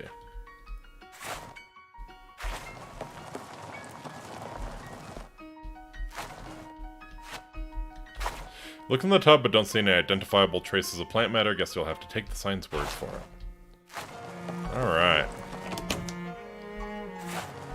I feel like there's more to this town that we're not finding. Probably has something to do with the hobo symbols in the graveyard, so we may need to come back. Alright. Let's go meet with the vampires. In a ditch next to the dirt road you're walking down, you spy a pile of coal mine tailings. Must have fallen off of a truck or something, or they just left them there while they were coal mining. Most people don't bother to take the tailings away. You remember your History of Rocks professor telling you that you could extract a little bit of hair grease from this stuff if you really put some elbow grease into it. Extract it. Grease in and grease out. It'll never be as cool as this slime. Grease on down the road. Scooch, scooch, scooch. Wow. That is, those are some fangs. Those are some fangs. Are we sure these guys aren't gangrels? A spooky-looking lady is guarding the front of the old distillery. Presumably she's a vampire. She looks spooky enough to be a vampire. Is that racist? Nah. She glares at you as you approach, her eyes flashing blood red. Begone from this place. You have no business here. I do, actually, and I'd like for you to invite me inside. What? No! Don't you have to? I thought that was one of the big vampire things. If someone asks you to invite them inside, you have to do it. That is nearly the most opposite of truth that it is possible for it to be. Uh-huh. Oh, darn. Leave this place at once, or the consequences will be most dire. Come on, don't be like that. What's eating you? If you do not leave, the question will be, what is eating you? And the answer will be, me. That was pretty good. Yeah, you really set me up for that one. Alright, let's fight her. Heck, she's just one vampire. You think to yourself as you crack your knuckles and slash or ready your rear weapon, how hard could this be?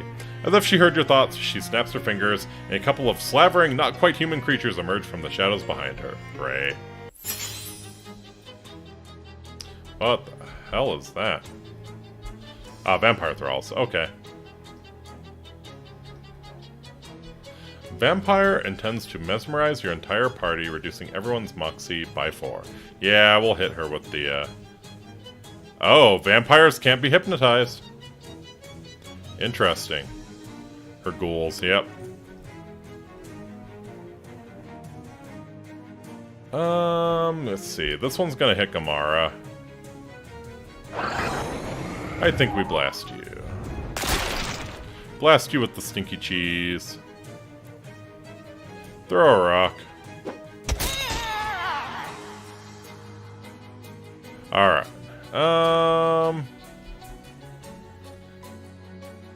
Nasty old leftovers. Let's see. Wonder, is there any way I could, like, set her on fire? I think that might be the way to go. Splat Vampire Mesmer for 10 sleaze damage.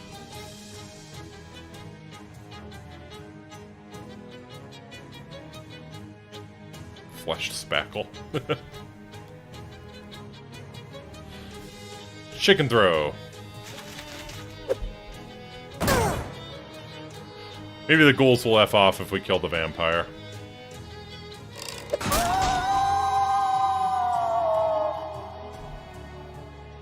Molly Buttons will shoot a random enemy for 1 physical damage 7 times, or she will kneecap the vampire thrall for 3 physical damage, reducing their muscle by 3.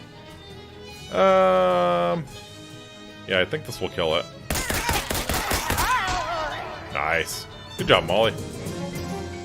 You won.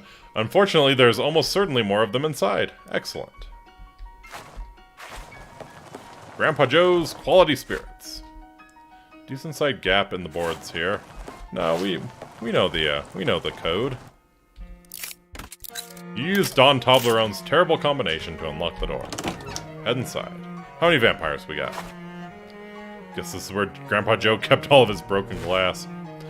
Almost everything on the shelf is busted up trash, but there's one unsmashed crate of booze. Grab it. Crate of vodka. Just what we need for our speakeasy. Make some potions? Ooh. Handful of stylish gel and a batch of miscellaneous chemicals. A universal lubricant. Stylish pomade. Sure. Make the universal lubricant. Nothing you can't lubricate by pouring this on it. Okay then. This used to be a still, and it still is. Ha ha ha. Okay. Wow. We have the three vampire states of matter. We have gaseous, we have solid, we have bat. Bunch of vampires hanging out in here. It probably shouldn't be a surprise that they've noticed you. Right, brutish vampire. Vampire mist form. Uh-huh. Or a vampire bat form. 0 spooky damage. Riddle Molly Buttons with microscopic cuts. 4 bleeding. Yee. Let's see.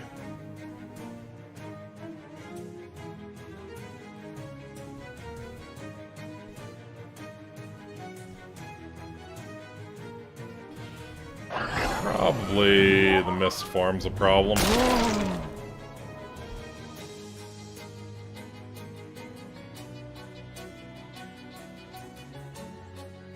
Oh yeah, it's pretty immune to physical damage. I guess I can blast him with even more stinky cheese. Have all the cheese. Your mist form is no match for the horrible miasma coming off of this cheese, buddy. Get Cello. Oh.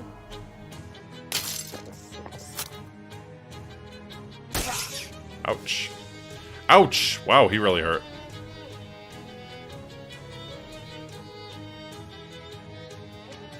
Alright.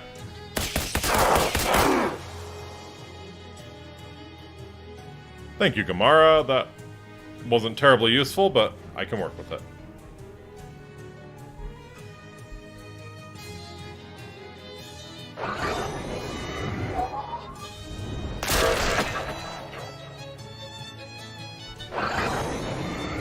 Fire! Fire! Fire!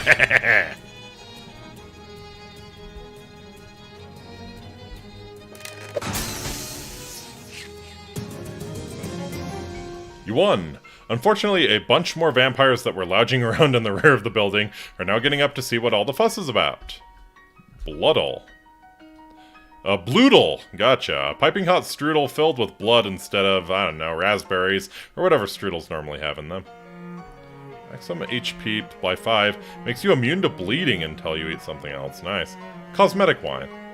A vampire's metabolism won't process real wine, but vampires still want to look like cool wine people. Of course they do. And, you know, it's just, it's a little boorish to put actual blood in the wine glass.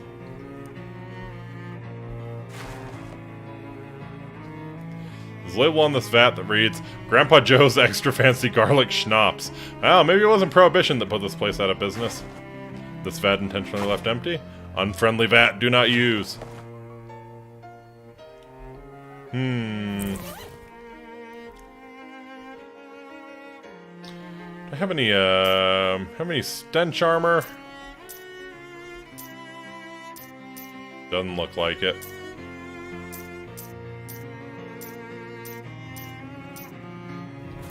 Oh well.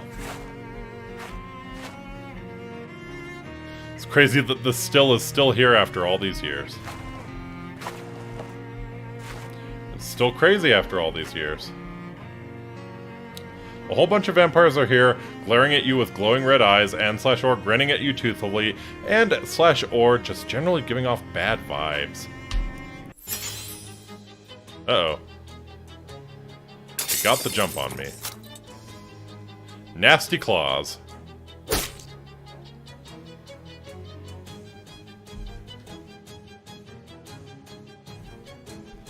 Alright, so for this one...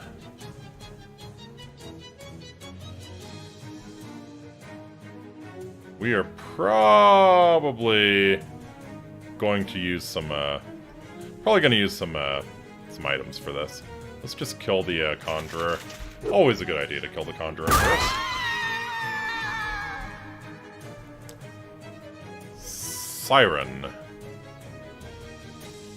I can kill her if I hit her with everything I got. Boosting their physical armor by 3. Yeah, you need to die. You need to die.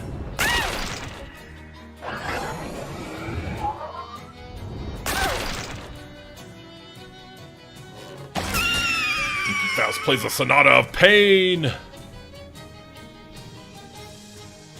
Brutish Vampire. Yeah, why don't you kneecap him? Ooh! 1 billion cuts. Ouch. Ouch, ouch, ouch. Oh, and he regains health. Of course he does.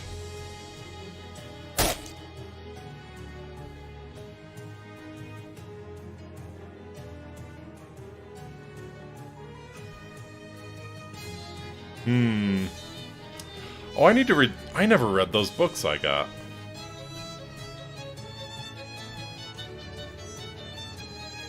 Alright,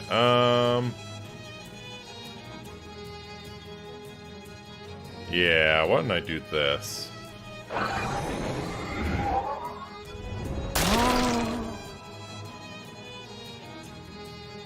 Won't be enough. Fair enough.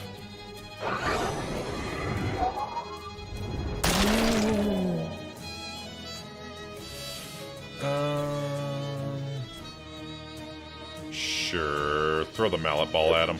Bonk.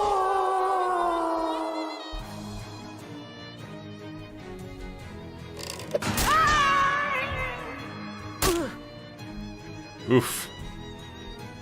Yeah, that bleed is bad news. Luckily, vampires hate getting shot with submachine guns. Well-established fact, as anyone who's played Vampire the Masquerade Bloodlines knows. Cello, and goodbye. A Vampire Pitch Pipe. Deals your Moxie plus 3 spooky damage. Ooh, this is what Vampire Sirens use to make sure their haunting melodies are just out of tune enough to sound creepy, but not so out of tune as to sound like they're bad singers. More Bloodle, more cosmetic wine. Getting there. We're getting there. Yeah, but still.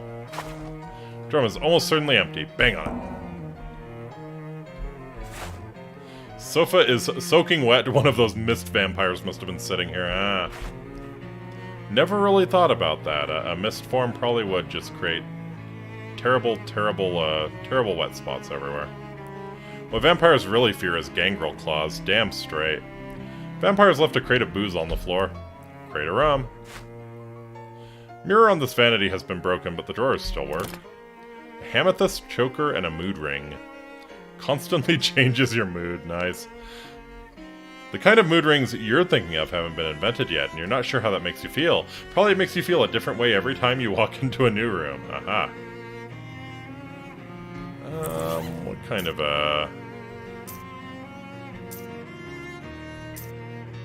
stylish sunglasses? Yeah, I need the Moxie. I need the Moxie. Table is strewn with miscellaneous vampire stuff. Pick through it. Vampire boots. Makes you float like a spooky vampire. These were invented when a cobbler accidentally mispronounced vampire bats. Wonderful. Alright, let's get spooky. Ooh, nice.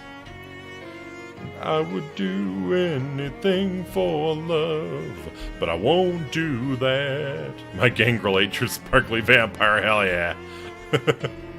I mean, do you believe that technically, if it takes a stake to the heart or silver bullet, anything could happen? Yeah, no, it's a good point. It's a good point. Huh, squeeze through. Alright, so yeah, we gotta get more hobo code knowledge.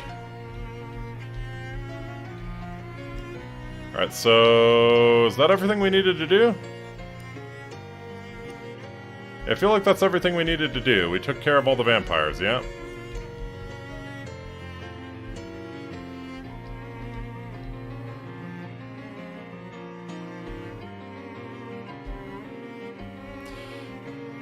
Like that robot chicken skit where the Wolfman is mowed down by a minigun, cooked, eaten, and dumped into a toilet. I'm not sure I've seen that one. But just because they weren't using silver bullets, he was alive for it all, huh? What even is a tillery, and why should you care about about this one? That is terrible. Just GTFO, please. A ray of sunshine peeks through the clouds and a light breeze rustles the trees, making your hike through the woods much more pleasant, at least for the moment. You even catch sight of a group of large, gaily colored butterflies nearby. You move toward them slowly so to not startle them, and as you get closer, you realize that instead of having regular insect bodies, they're little people. Fairies! Wow! Hello there. Hello. Oh, they really were gaily colored, those fairies, you know? Gosh, you're really beautiful. You're beautiful. Sounded just like my voice.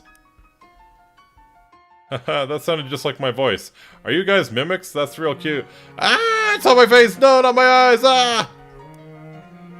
Ow, what the hell? You swat away a fairy that had fluttered up next to you and attempted to stab you in your neck with a rusty needle. Hell! Okay, I'll just be on my way. Look out, Jim! That one's got a gun! Indeed, another fairy is approaching, lugging a full-sized snub-nosed revolver in its little arms. Hello, beautiful. Alright. Fairy Twig Thumper. Thump Gamara with a twig, dealing 9 physical damage. Dear lord. Fairy Gunmother.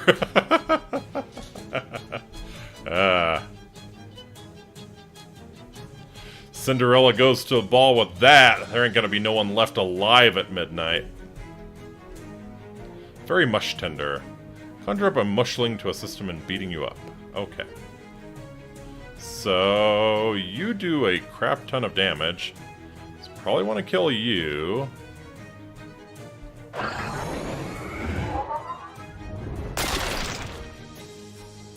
Let's see. Yeah, I could kill 2 of them here. Spam the stinky cheese at him and whack the fairy gunmother with our cello here.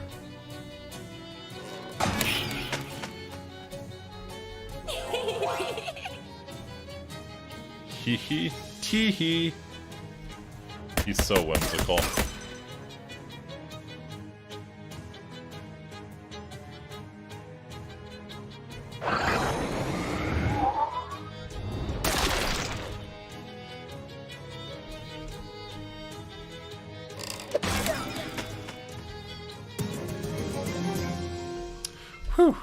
You survey the brightly colored fairy tale carnage and pick up some useful looking bits. Got a fairy knife and got some gun parts. Causes target to bleed for 3. Dear lord. Make any weapon into a gun, which will use your moxie to determine its damage. Cool, I can make a cello gun. Then you notice a faint shimmer in the air, a trail of glittering dust that seems to lead back deeper into the woods.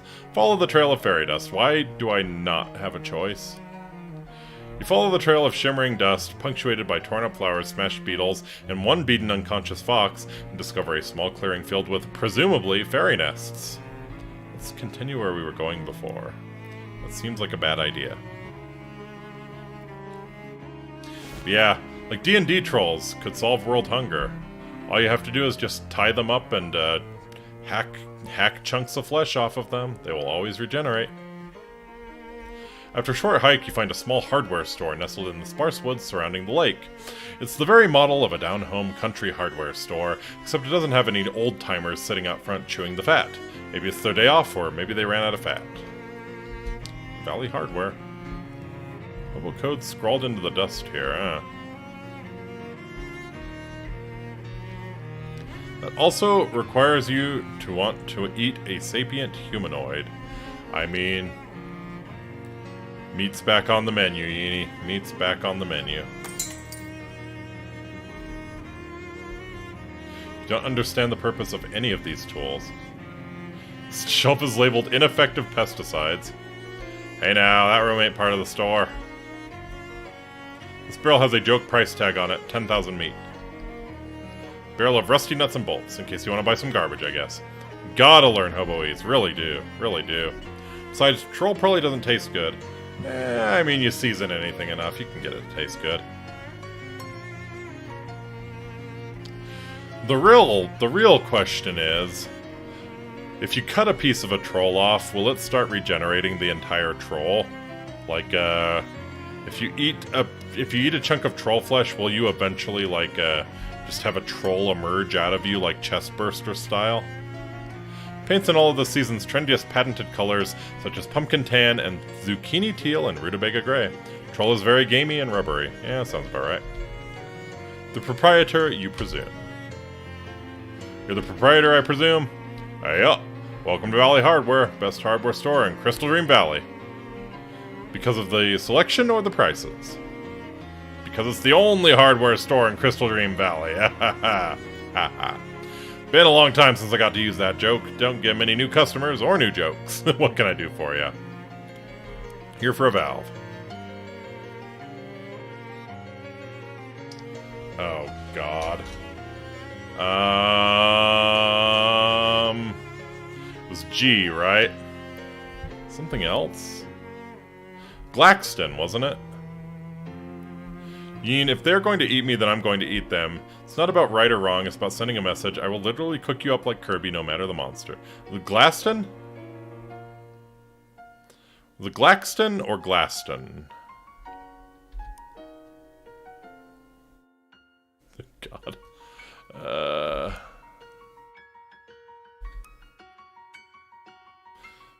I think it was Glaxton, yeah. There is a Glaston, and there's also a Glaxton. I think it was Glaxton with an X. I think. A Glaxton valve. Glaxton valve? Well, shucks. They stopped making those things nearly a decade ago. I guess there's a slight chance there's still one in the back room.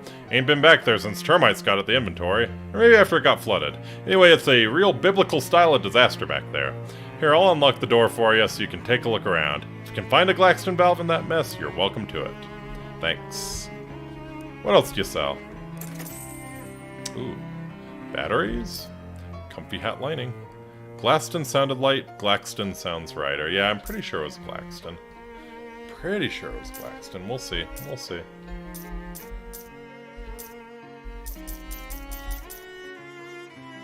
Ooh. Add 3 maximum HP to a hat? Absolutely. Well, that reminds me, I need to do some reading. My least favorite thing. You're currently wearing an uncursed fedora. Add the comfy lining to it? Yes. You add the lining, dramatically increasing the comfort of your hat. Ah. Books. Read.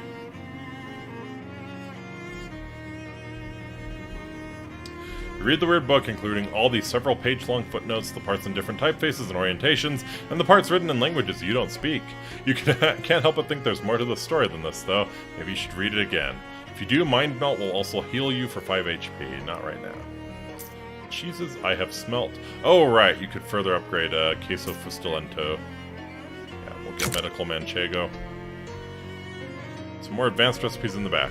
Oh, come on, you know you love a good book. Yeah, I joked because when I was playing Neverwinter Nights with Yini, I started throwing a fit when she kept trying to make me read books. Mostly because they were screwing with my alignment and it actually kind of mattered since I was a paladin.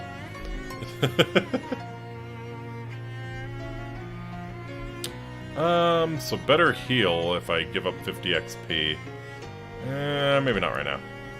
Handgun's tail. Study them. Advanced handgunnery. Your mind is filled with tricky handgun techniques. You should get thee to a gunnery to practice them. Get thee to a gunnery. Ian was trying to make you read Berserk, wasn't she?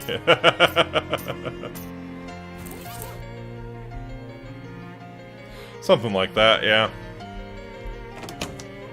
Holy shit. Okay. Yep. Yeah. Please, I haven't even read Berserk. I've worked in a few places like this, you know? It looks fairly decent up front, but you get in the back and it's, yep, just all termites and water damage. Everything's really disorganized. There's a portal to hell. Could have been worse. You could have been learning in Clutlu. True. Something's wrong with the store in a way that termites and flooding doesn't readily explain. Let's see if we can find anything else. Nasty trash. The nastiest of the trash. Didn't know your mom was back here. Step through. You step through the hole in the door and immediately feel a sickening lurch in your stomach and a burst of, "This was a bad idea," in your mind. Oh, I know that feel. Like when you hit the first drop on a traveling carnival's rusty and hastily assembled roller coaster. After a moment, when the feeling has subsided enough, you open your eyes and look around. Looks like you're still in the same place you were, except everyone came in and cleaned everything up while you weren't looking. Huh. Alright, so some kind of time portal then, probably. Workbench covered in tools. Shelves full of neatly organized hardware that definitely hasn't been destroyed yet. 1917 calendar on the wall by the desk. Looks brand new. Looks like a portal to space, which can be worse than a portal to hell. Yep. Although if you do have a portal to hell in space, then you're probably playing Doom, which, fuck yeah. Or a portal to Detroit. Yeah, hey, it's a horror game, but I don't think it's going to be that hardcore. As you leave the storeroom, the shopkeeper spins around and you both stare at each other in surprise. You, because the shopkeeper looks quite a bit younger than he did when you went in there, and him because, hey now, what in the heck were you doing in my back room? And how'd you get back there without me seeing ya? I'm a termite inspector. I didn't call for any termite inspector. No, I do surprise inspections so the termites won't find out in advance. Well, how'd you get past me? I'm very good at my job. Huh. Well, I don't expect you found any termites. I make my own custom pesticide. Yes, it seems to be pretty effective. Might have to go back in there for a follow-up check later, though. That's fine, I suppose. Just don't move stuff around too much. I like to keep it tidy back there. Or a portal to Event Horizon, yeah.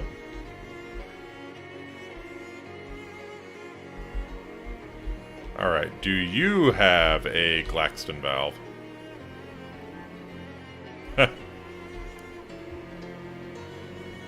Oh, shucks. Nobody's ever asked me to justify that claim before. The best hardware store in the valley.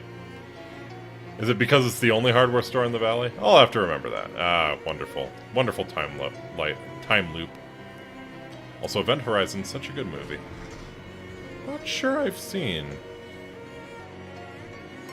Ask about outhouse rentals.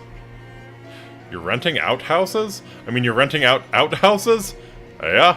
At least I was. Now that indoor plumbing's starting to get popular, there's no market for them anymore. Just got the one left, and after that I'm calling it quits on putting up new ones. Can I rent the last one? Oh yeah.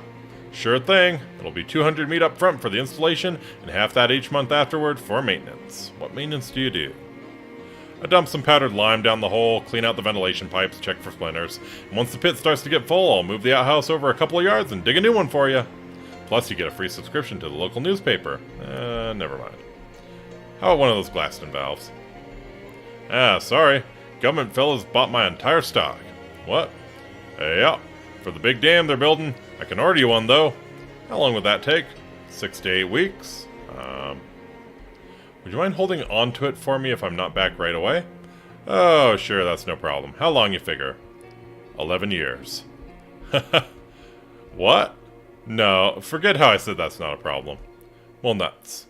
Listen, I can tell you they bought a heap more Glaston valves than what they're going to need for that dam. If you go up the work site, you might get the foreman to sell you one of their spares. Where is it? Southeast end of the valley. Got a map? Well, I have a postcard. Crystal Dream Lake? I never heard of that. But it's got a little picture of that dam on it there. See? That's about the same place relative to here. I see. Doesn't seem to be anything on the other side of the store. Weird. Gotcha. Lawrence Fishburne and Sam Nell. Ooh. I really like Lawrence Fishburne. Obviously amazing in The Matrix, but door is still all weird. Okay. So I guess we can go back to the dam. First spaceship able to warp goes missing after years, suddenly pops up. Lawrence Fishburne and his team go to investigate. I feel like I've seen parts of this, maybe. I was probably not terribly conscious. That sounds familiar. Sounds real familiar. And then, like, yeah, timey hijinks ensue.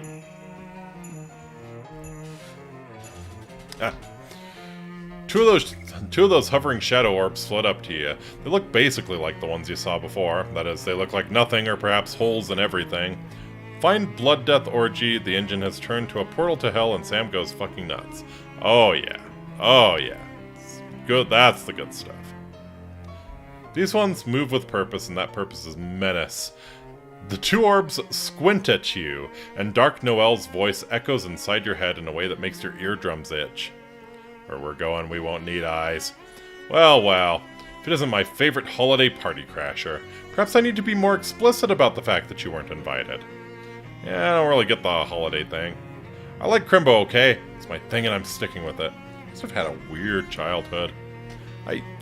That's none of your business. And neither is the rest of this investigation or whatever you think you're doing. You need to learn to keep your nose out of other people's affairs. I'm just trying to find my uncle. How about you keep your nose out of my affairs? What a disagreeable little urchin you are. Do you know what naughty children find in their Crimbo stockings? Yeah. Socks! Bonk. You sock Dark Noel in the eyes, one with each fist. The orbs recoil in pain. Ah! That's it! You're on the very naughty list now! Next time we meet, I'm really going to deck your halls! The black orbs vanish in little puffs of smoke. Fa-la-la-la-la, jerk.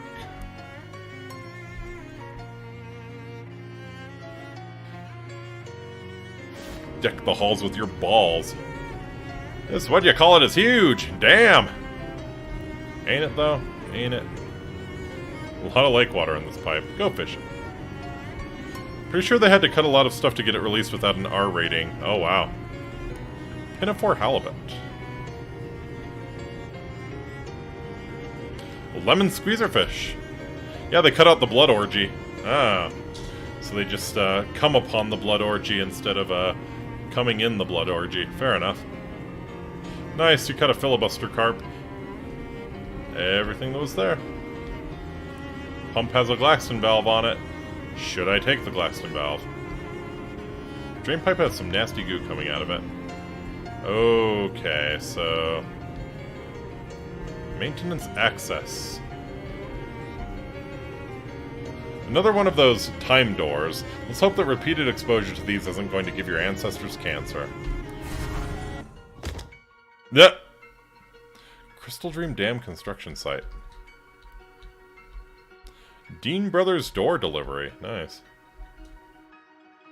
Guess it stands to reason that a structure this big would need more than one truck's worth of concrete. Some careless dam worker has abandoned a toolbox here. Their loss is my gain. Self-adhesive rivets and 11-in-1 oil. Self-adhesive rivets. It's always good to have some of these on hand in case you need to do some emergency pants repair. Those are some heavy-duty pants if you're riveting them together. Ha! According to the fine print on the can, 11 of the world's religions are actually part of a larger secret religion, understood only by the old man who owns the company that makes this oil. Aha! All hail the God Emperor. Truck is even heavier than a regular truck. Nah, you don't want to get your hook stuck. Fair enough. We need concrete fishing. Hey! Noel says nobody who ain't on the crew is allowed on the site. Noel? Yeah, Noel. The foreman. Noel White. Ah, jeez. Man clutches his stomach. You can always add more rivets to your clothes, Inkies. True, true, true. A riveting argument, Yeenie. You alright? Eh, just starving is all. Rest of the crew went to lunch, but somebody had to stay here and keep all the rubberneckers and looky-loos off the site. I drew the short pants. Short pants? Do you mean straw? Nah, we got these 6 little pairs of pants we found when we cleared out a nest of fairies. I see. Can I have them? No, because then we'd have no way of picking who stands guard. Oh man, I can't believe how hungry I am. Feels like I'm gonna turn inside out. What about that table over there that says lunch? There's a reason everybody else left the site to eat, pal. You don't want to eat what Noel considers lunch. How bad could it be? Is it jelly deals or something? Man, I'd kill for a jelly deal. Noel brings these sandwiches that are just a bunch of peppermint sticks between 2 big, bland sugar cookies. You can get a stomach ache just watching someone else eat one. Blech! Wow. She is really committed to the whole Christmas bit. Even 11 years ago. That sounds awful. It's because it is awful. Let's see. Do I have anything for you to eat?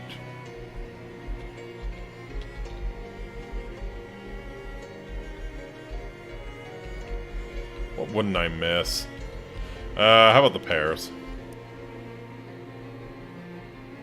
He greedily devours it. His stomach is still growling. How about the clam jerky? He's starting to look a little less hungry and little more relaxed.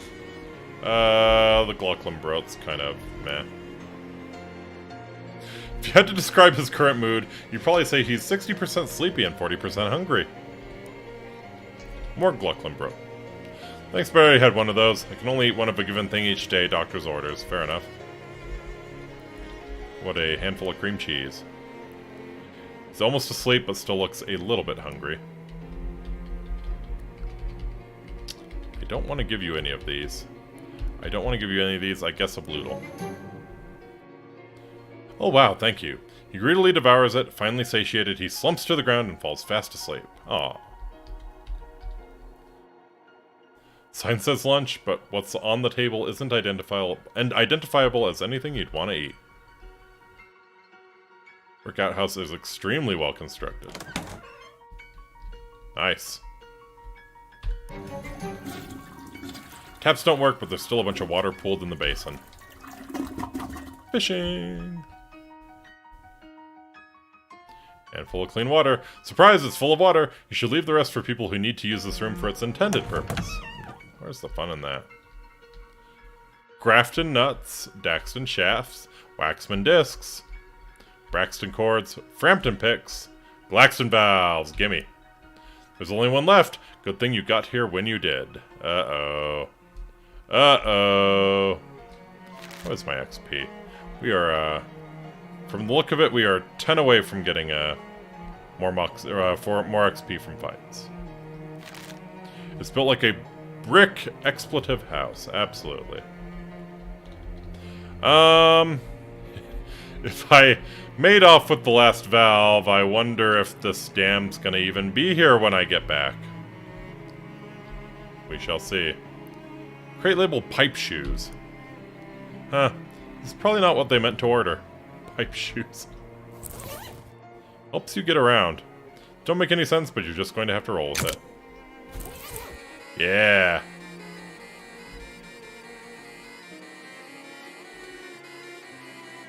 Wow, that's annoying. Let's go back to Zoiding it up, how about? Give me the crab clogs.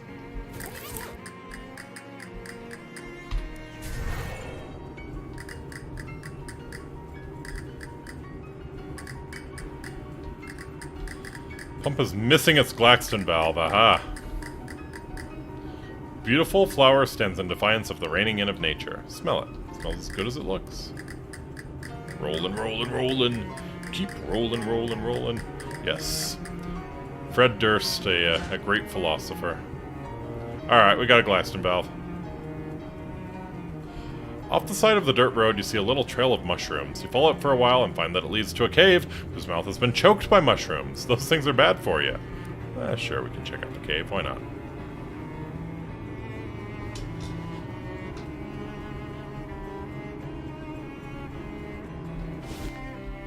Wow.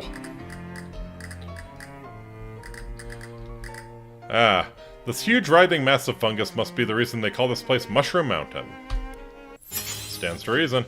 Ooh, that is not a happy mushman. Not a happy mushman.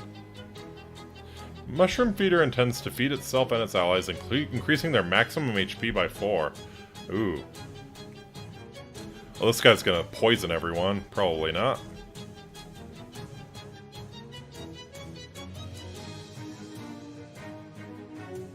Well, they have stench resist. Ugh.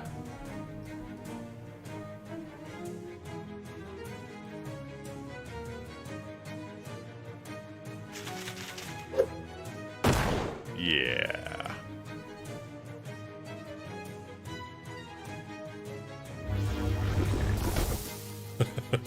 Mind melt.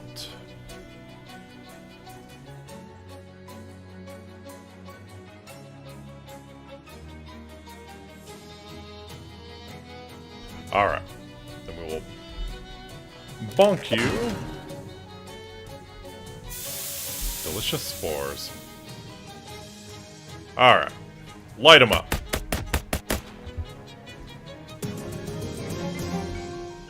You've reduced the amount of fungus in the mountain by a small amount. There's still a lot of fungus remaining. Mushroom steak. Nice. There's, this is not really a steak, but a steak-sized slab of mushroom stem. Steak is just easier to say than all that. Have you ever seen... I saw a video on, like, mushrooms that resemble meat, pretty much. There's something called a beefsteak mushroom, and it actually does look like a steak. There's even, like, there's, like, marbling, and if you crack it open, it looks like it's, like, medium rare. It's, and it doesn't taste anything like a steak, but looks exactly like a steak. It's really freaky. Just like steak growing on trees. Blah. Mushrooms are pretty nice. If you say so. If you say so.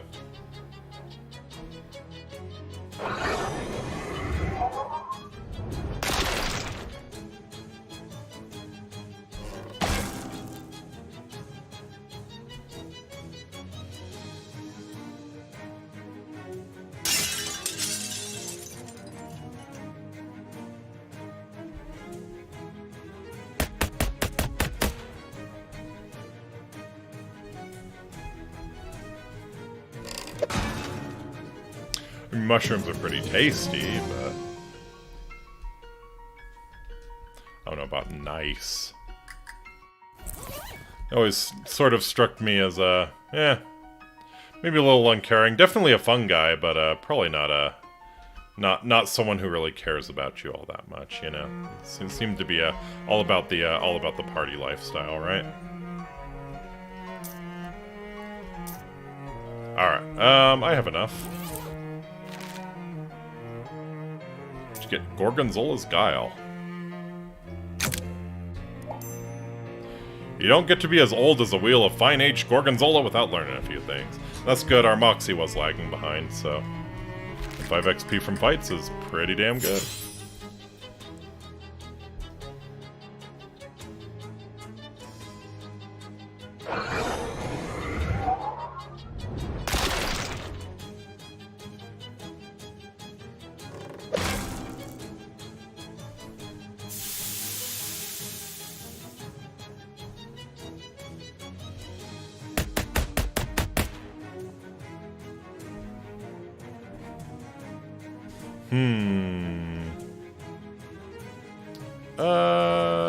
This might be the way I have to do this.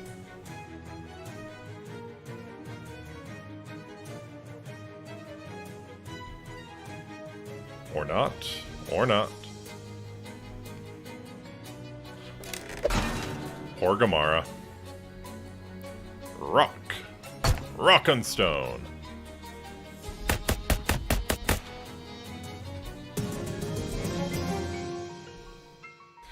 Don't coddle him, Molly. Hit him hard.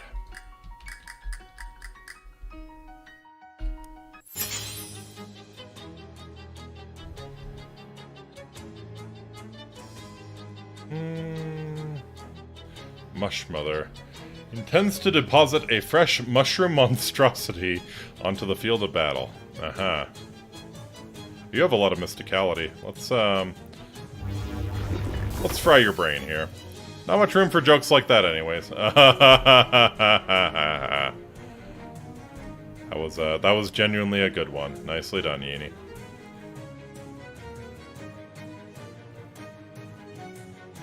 Wish it would show me the order that we're going to be going in.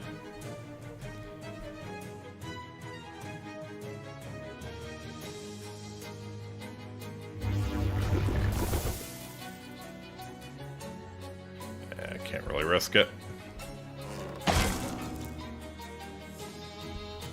Shroom stab. Poor Gamara. Gamara the turtle slowly walks away. Enough of this shit.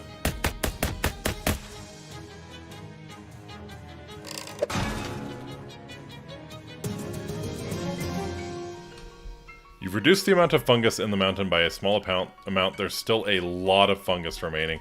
I wonder if this is just like an endless... hey, Buck, over here. Hehe, this is the berries. I ain't gotten this many fights in ages. What, you don't do a lot of fighting for the mob? Ah, they're all wet. Always giving me an earful. Shooting up the place is bad for business, blah, blah, blah. Well, I'm glad you're enjoying yourself. Molly's moxie increases by 1. Nice. Poisonous spew. Ugh. That's not great. That's not great. Ooh. Alright. Let's do this then. Before you can do anything.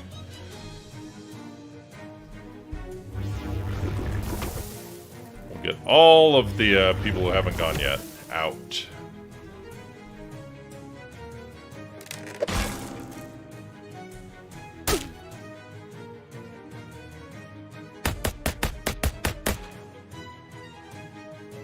Shroom toss.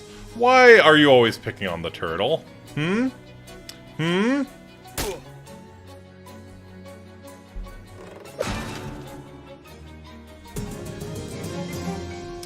Why are we always picking on poor Gamara? We racist against those with shells?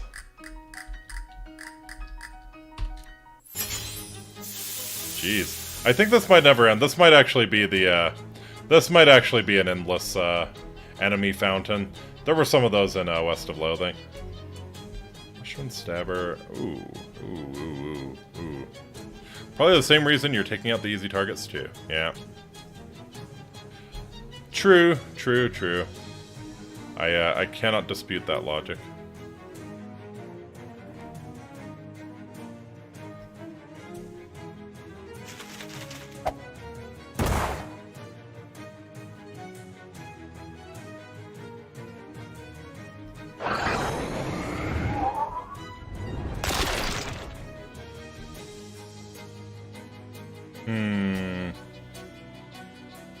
Could hypnotize.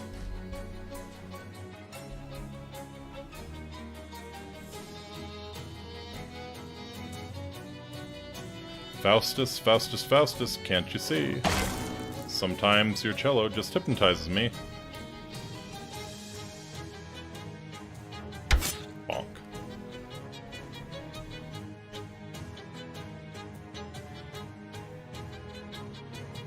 Alright, yeah. I think you need to take a math class. Nunny. Add up the damage your abilities can deal. Don't wanna. Don't wanna.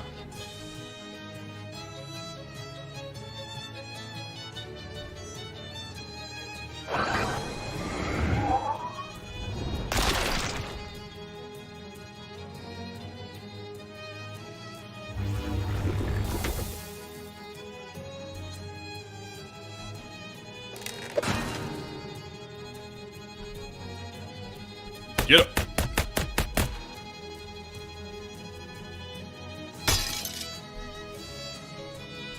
Nice try, but I rock harder. Yeah, I'm not sure this is a... Ooh. A mushroom cap. It's a cap in 2 different senses. Yeah, I'm not sure this is a... Yeah. Mushroom Mountain, I'm not sure this is a... actually going to go anywhere. It's probably just an enemy fountain. Alright, to the lighthouse. A huge rotten log is blocking your path through the woods. I mean, well, not blocking per se, it's just a log. It isn't infinitely long or anything. You can just go around it. It just, you know, interrupted you. You know what I mean? Anyway, there's a big rotten log here. You can grab the gathering perk if you want it. Investigate it. Go around to the other side of the log and discover that the shadier, damper side of it is covered in big weird mushrooms. Neat or gross, depending on how you feel about mushrooms. Grab a big handful of fungus. You grab a large mushroom with both hands and pluck it off of the log. It blinks 2 little beady eyes at you and waves 2 little arms in a thoroughly upset manner. When you drop it on the ground, a second mushroom stands up making angry noises, and then as you start to back away you hear a sort of harumph noise behind you, and turn to see a third, much larger mushroom cracking its knuckles at you. Run away! Fortunately, these mushrooms are not fast enough to stop you from beating a hasty retreat. I mean, they're mushrooms. A fast mushroom would be really unexpected and terrifying, like a zombie.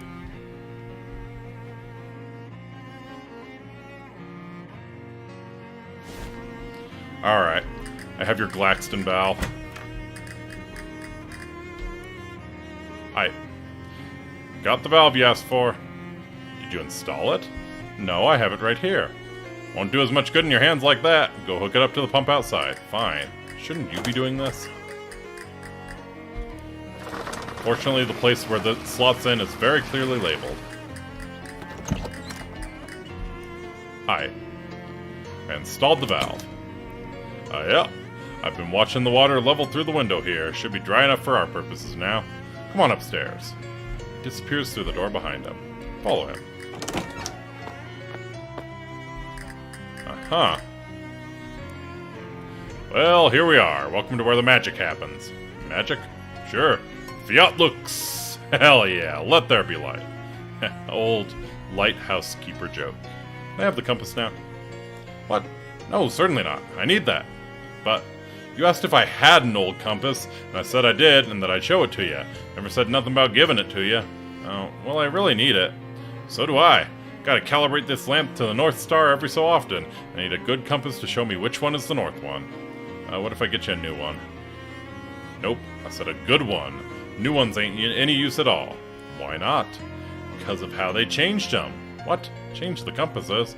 They didn't teach you that in school? Folks got short memories. It was only around about the turn of the century. Some Atlas company bought the patent on West and rebranded it as New North. Then they did a recall on all the compasses and issued new ones. They all point west now, and that's useless for my purposes. Yeah, sure, you can't just rotate the damn thing 90 degrees. Of course not. Of course. Okay. Okay, well, how about I find you another old one then? If you can find another pre-New North compass in at least as good a condition as mine, then sure, I'll swamp you. Don't really get what the point of that would be, though, since you'd already have one. Well, it's a long story. Never mind, then. Here, maybe this will help you. Most of the old compasses got radium paint on the dials, so you can read them at night. Hell yeah! This old Geiger counter ought to be able to pick up the radiation from that. Very true. Very true. The newest innovation of the Hey Really Company, this device allows you to detect radiation by making an annoying clicking noise whenever any is nearby. Where should I start? Well, most folks consider the old kind of compass to be trash nowadays. If I was trash, I'd probably be at that old junkyard. Neat, thanks. Most lighthouses do have a somewhat bigger lamp, yes. An empty and wet bookshelf. Good thing he had his books downstairs. Box of spare 60-watt light bulbs. Wow, yeah, really lighting it up here. You only use 60-watt light bulbs? Don't need much. Ain't that big a lake. True.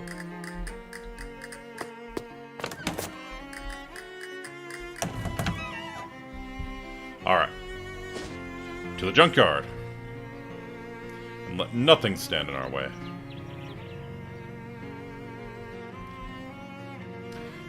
You find some spider webs stretched across your path. As you move to brush them away, you notice runic patterns woven into the webs. Is it spider writing? You determine that the runes are spider speak for "send flies." While you're surprised to learn that spiders can write, you're unsurprised to learn that their writing is so pedestrian. No, not send nudes, send dudes! I'm defending Moscow here! A heated fishing rod cooks the trash from the inside. Hot rod! Trash is left medium rare, but a connoisseur would eat it well done. Yeah. Don't go undercooking your trash. Pile of trash must be especially appealing to flies. Radio must be solar powered or trash powered. Pile of trash smells much worse than other piles. Huh. I really could use some... Hi, what are you doing to that stove? Oh, okay. Trying to wrestle a stove out of a pile of trash. Howdy, I'm Beanie. Hi, Beanie. I'm Inky. What are you up to? I'm trying to get the stove so as I can haul it back to our hobo camp outside Ocean City. Oh, you know about the camp? Yep, I'll be cooking up a mess of beans once I get this stove back there, let me tell ya. Can you tell me anything about hobo code? Sure. Heck, I know about a dozen different symbols for beans. Wouldn't one be enough? They all look pretty similar now that you mention it. Alright. You help me, I help you. With assorted grunting and heaving, the two of you manage to yank the stove free. Whew. Thanks a million, pal. I just gotta drag this back to camp and I will be in beansness! See you around, Beanie. Or not. Probably smell you before I see you. Alright, so yes, I could... We could get Swiss Cunning, too. Mind over Munster?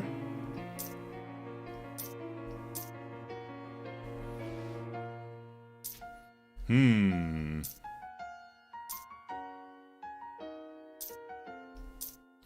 5 XP from gathering, sure.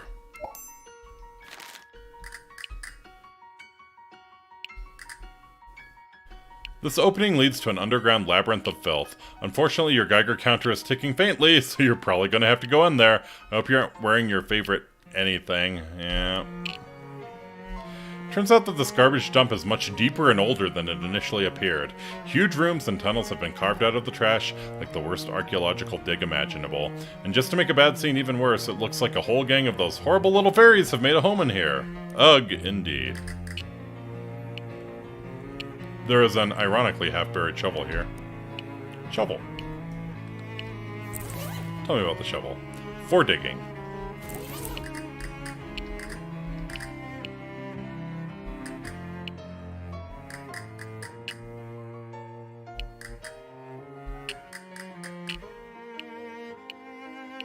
Okay, looks like probably to the right here. There are a lot of fairies in that direction, sprawling around and making animal noises, dying animal noises. Ew.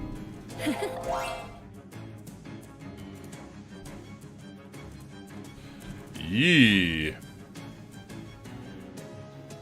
Fairy Exploder. Fairy Pine Needler. Gunmother. Wackadoo. Either going to heal everyone on the battlefield by 6 HP, or deal 6 physical damage to them. That's kind of interesting. Alright, probably...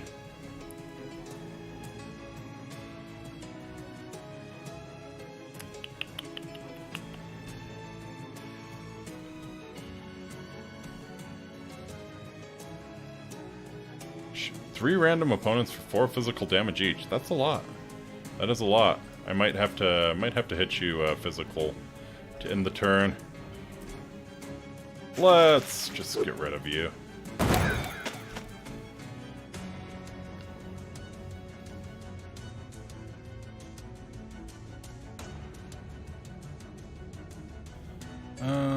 Let's see.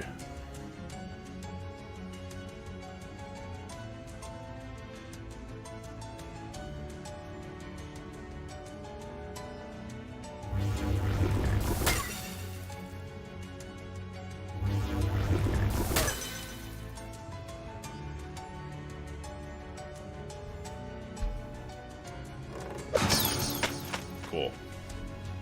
Alright, that's some of the worst ones, I think, out of the way, and yeah, she just explodes. Alright.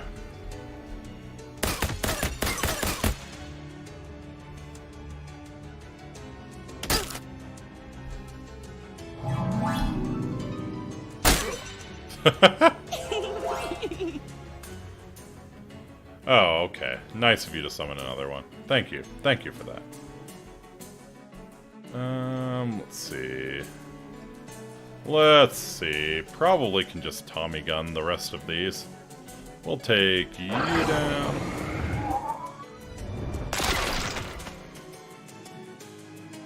Take you down with the mind freak you. And whack you off.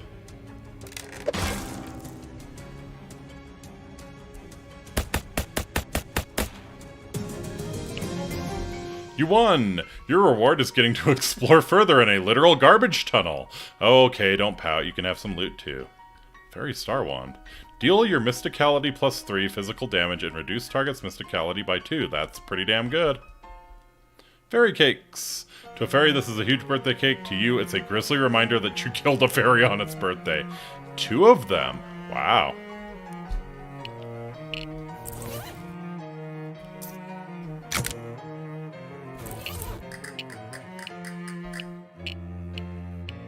Yeah, seems like the Geiger counter's kicking up here.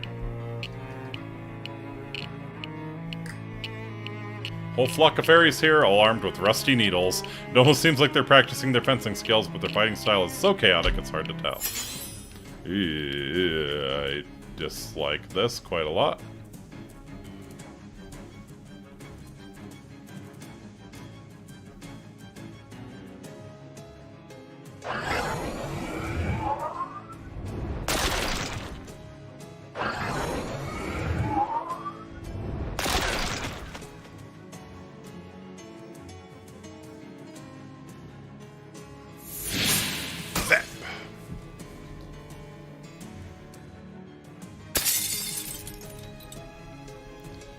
Ooh, that's a real problem.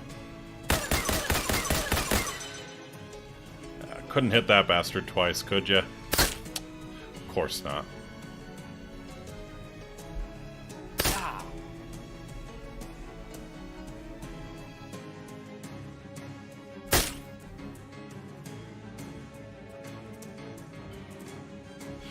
Could get a nasty case of tetanus like that. Oh, we've gone past getting a case of tetanus. We're getting the whole damn pallet.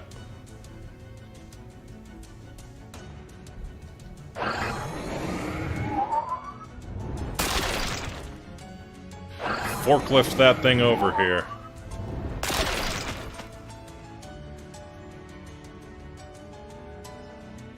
Let's see. 6 damage? Cool. That's it.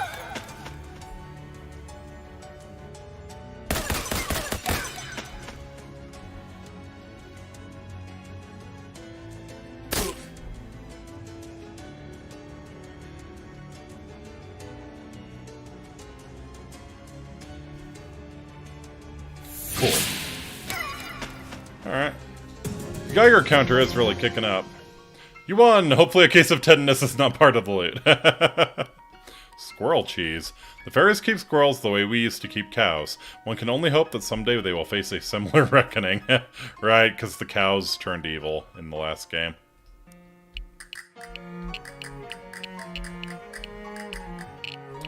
A foot from a big statue. That's how far you are away from this, and it is what it is. It seems depressed. Talk to it. You listen to the statue. It's sad about the passage of time, but you manage to make it feel a little better by reminding it that it's still a really big, really strong foot. He gives you some toe jam as a gesture of thanks. Powerful grit. Even though it's just an inert powder, you're still pretty sure it's going to bully you.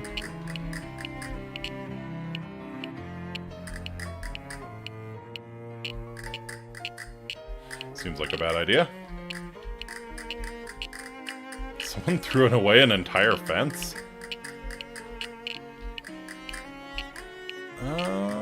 Sure.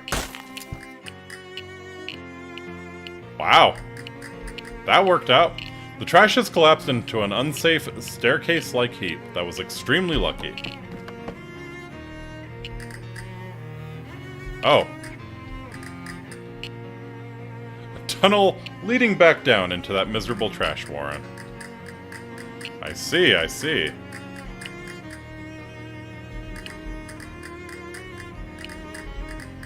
Seems like all the wettest, slimiest trash has been sorted into this pile. Alright.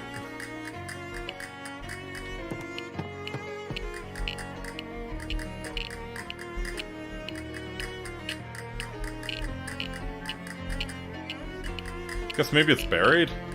We did get a shovel. We did get a shovel.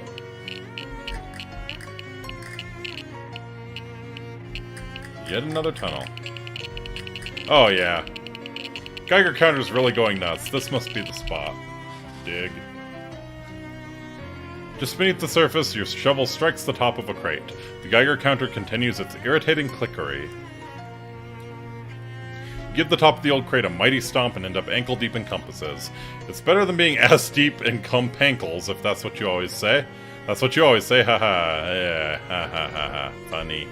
Anyway, enough jokes. You grab the least ruined-looking compass. You also breathe a sigh of relief as you turn off that annoying Geiger counter. Back to the lighthouse, please.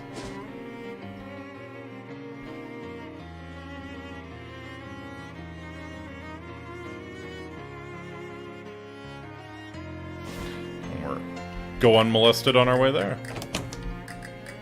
Alright.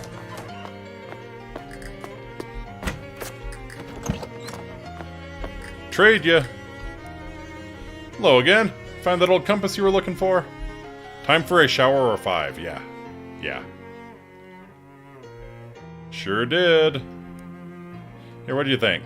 Could use a polish, but it seems to be in good condition. Alright, I'll swap ya. Let me get that old Geiger counter back from you, too. Thanks. Yep, no problem. Get along now, I got a lot of important nothing to take care of. Catch you later. If only I could be paid for being equally useless. Why do you think I'm a streamer? Alright. So we got the cursed compass. This should not be followed. Compass always points toward the evil version of North. What happens if I equip it?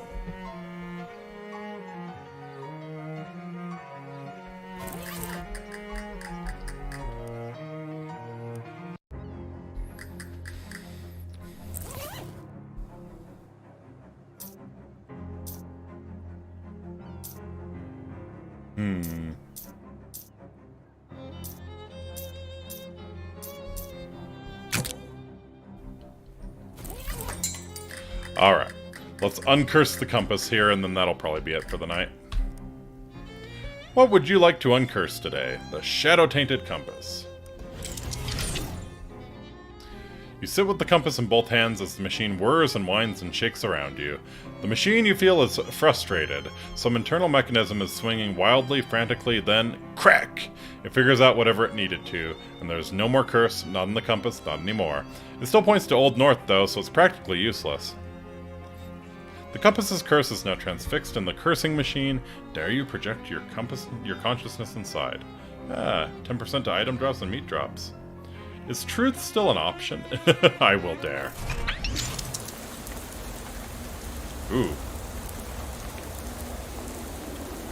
Delightful. Gosh, that looks sore.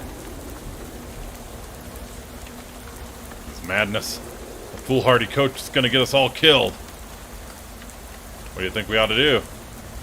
Let's get out of here. Go home. Don't you think things were just fine the way they were? Why are we doing this? I mean, playing baseball? He looks you dead in the eye and manages a nervy chuckle.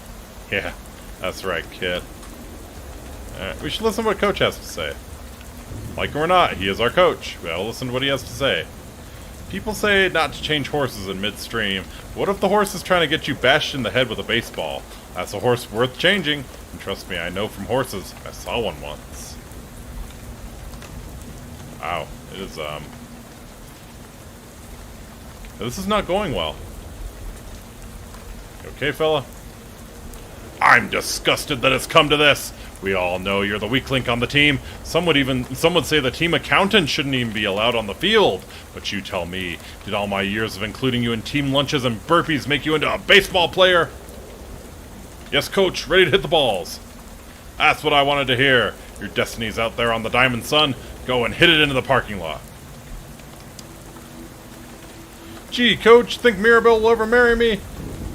I can't answer that, son. All I can tell you is that Mirabelle has married every World Series MVP since the series was first contested in 1903. You work out the rest. Say, coach, why do you wear that funny-looking hat? Nothing funny about it, son. It's a cloche. The coach's cloche. It's traditional. Excuse me, coach. Gotta go hit something. 3 more minds broken by baseball. God, I know the feeling. The Plunkett Street Pushovers versus the powerful baseball team.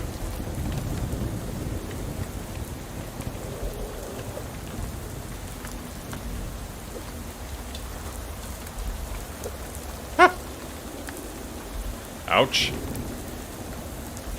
Ouch.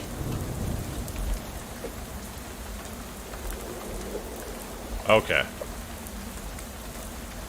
Wow. This is not going well.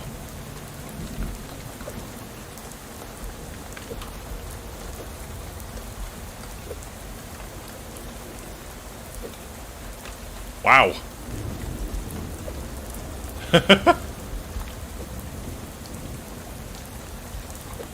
This is like, it's like Georgia Tech versus Cumberland levels of, ass kickery. 33.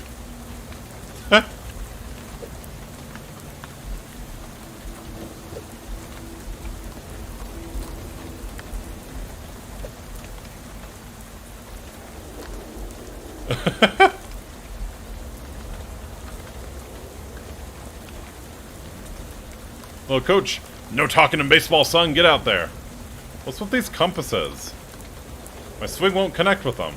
I know it must be overwhelming. All I can tell you is to stay calm and remember that in baseball, it's all about what you do hit. Why is the other team getting points when I swing? That's baseball, son. If the other team ever feels physically intimidated, that's an automatic 5-point penalty. And how am I supposed to win it all? Quit gabbing and get back out there. Don't you know leaving the field to talk to the coach is a 10-point penalty? Huh.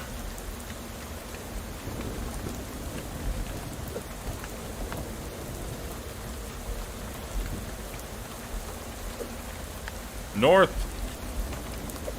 Okay. South. No, okay. It doesn't look like there's...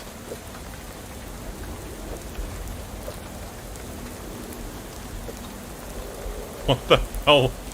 What the hell are you supposed to do?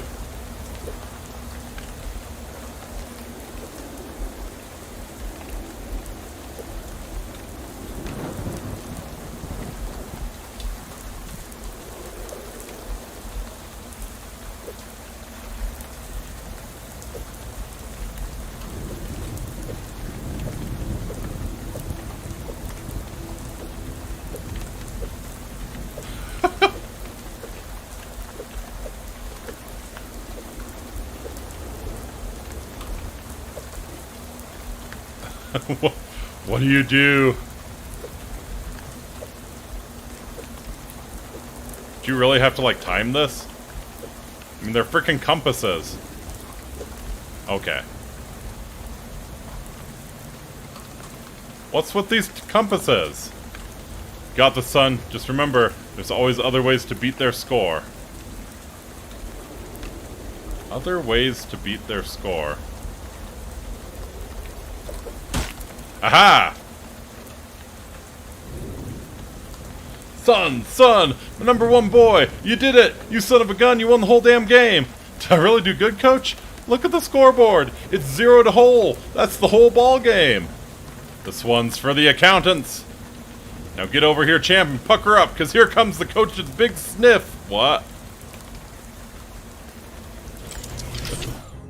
Okie dokie! Funny. The compass feels extremely reassuring now that it's back to being an ordinary little thing in your hand and not being hurled at your head in oversized ghostly form from every cardinal direction. It glows faintly. To think you were ever scared of a little old compass. Gee, coach, do you think Mirabelle will ever marry me? I don't know, Inky, but you don't need to call me coach. We're friends. Call me Jessica. Could you call me coach, though? Maybe take it easy with that machine for a little while. Alright. Well, let's go back to the speakeasy. Since I got a whole bunch of, I just got a whole bunch of alcohol. Found this case of rum. A little bit of island nectar, eh? And some vodka. Gotta be careful with this stuff. Might end up drinking you. Ha ha ha. In Soviet Russia, vodka drinks you. What you got? A beer, vodka. Just a shot of vodka? Works for me. Shot in the belly.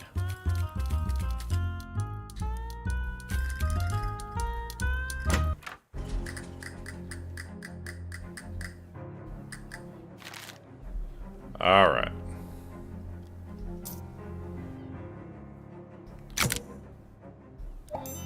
Sure, we'll grab that.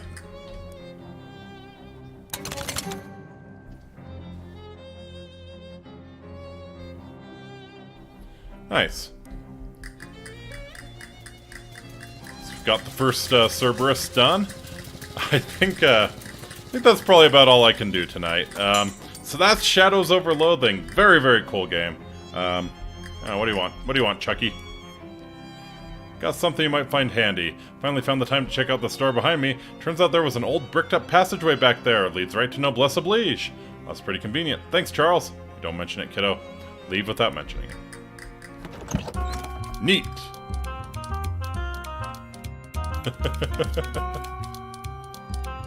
Excellent. Got Gabby and Obi going there.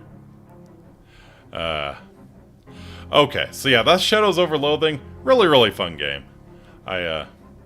Brings back some fond memories. Definitely check this out. If you haven't checked out West of Loathing as well, that one's a lot of fun. Check out Kingdom of Loathing too. Again, it's been around for about 20 years now. Yeah, very nice. Very nice indeed. Yeah, check out Kingdom of Loathing if you haven't. This is where all of this started and came from. Again, been around for 20 years. It's a pretty cool MMO. Still going as far as I know. I need to check, but yeah, still going. So yeah, I love this kind of humor dearly. So that's gonna be it for tonight. I'll be taking tomorrow off as usual, and then coming back at you with some more stuff on Tuesday. So not 100% sure what I'm gonna play. Probably gonna be Valheim, but I might mix it up. We'll see. Get it. Look at him go. Alright, so that'll be all for tonight. Again, thank you all so very much. Yeenie, I think, is going to be streaming at some point this week. I think she hadn't quite figured it out. Till Tuesday, indeed. Till Tuesday, Space Lord, good to see you. Yeenie, thanks for dropping in. Thanks to everyone who dropped in. REZ, if you're still around, appreciate it. So yeah, until next time, Amiki, I bid you wale. Please take very, very good care of yourselves. Have a good start to your week, and I'll see you on Tuesday. Later!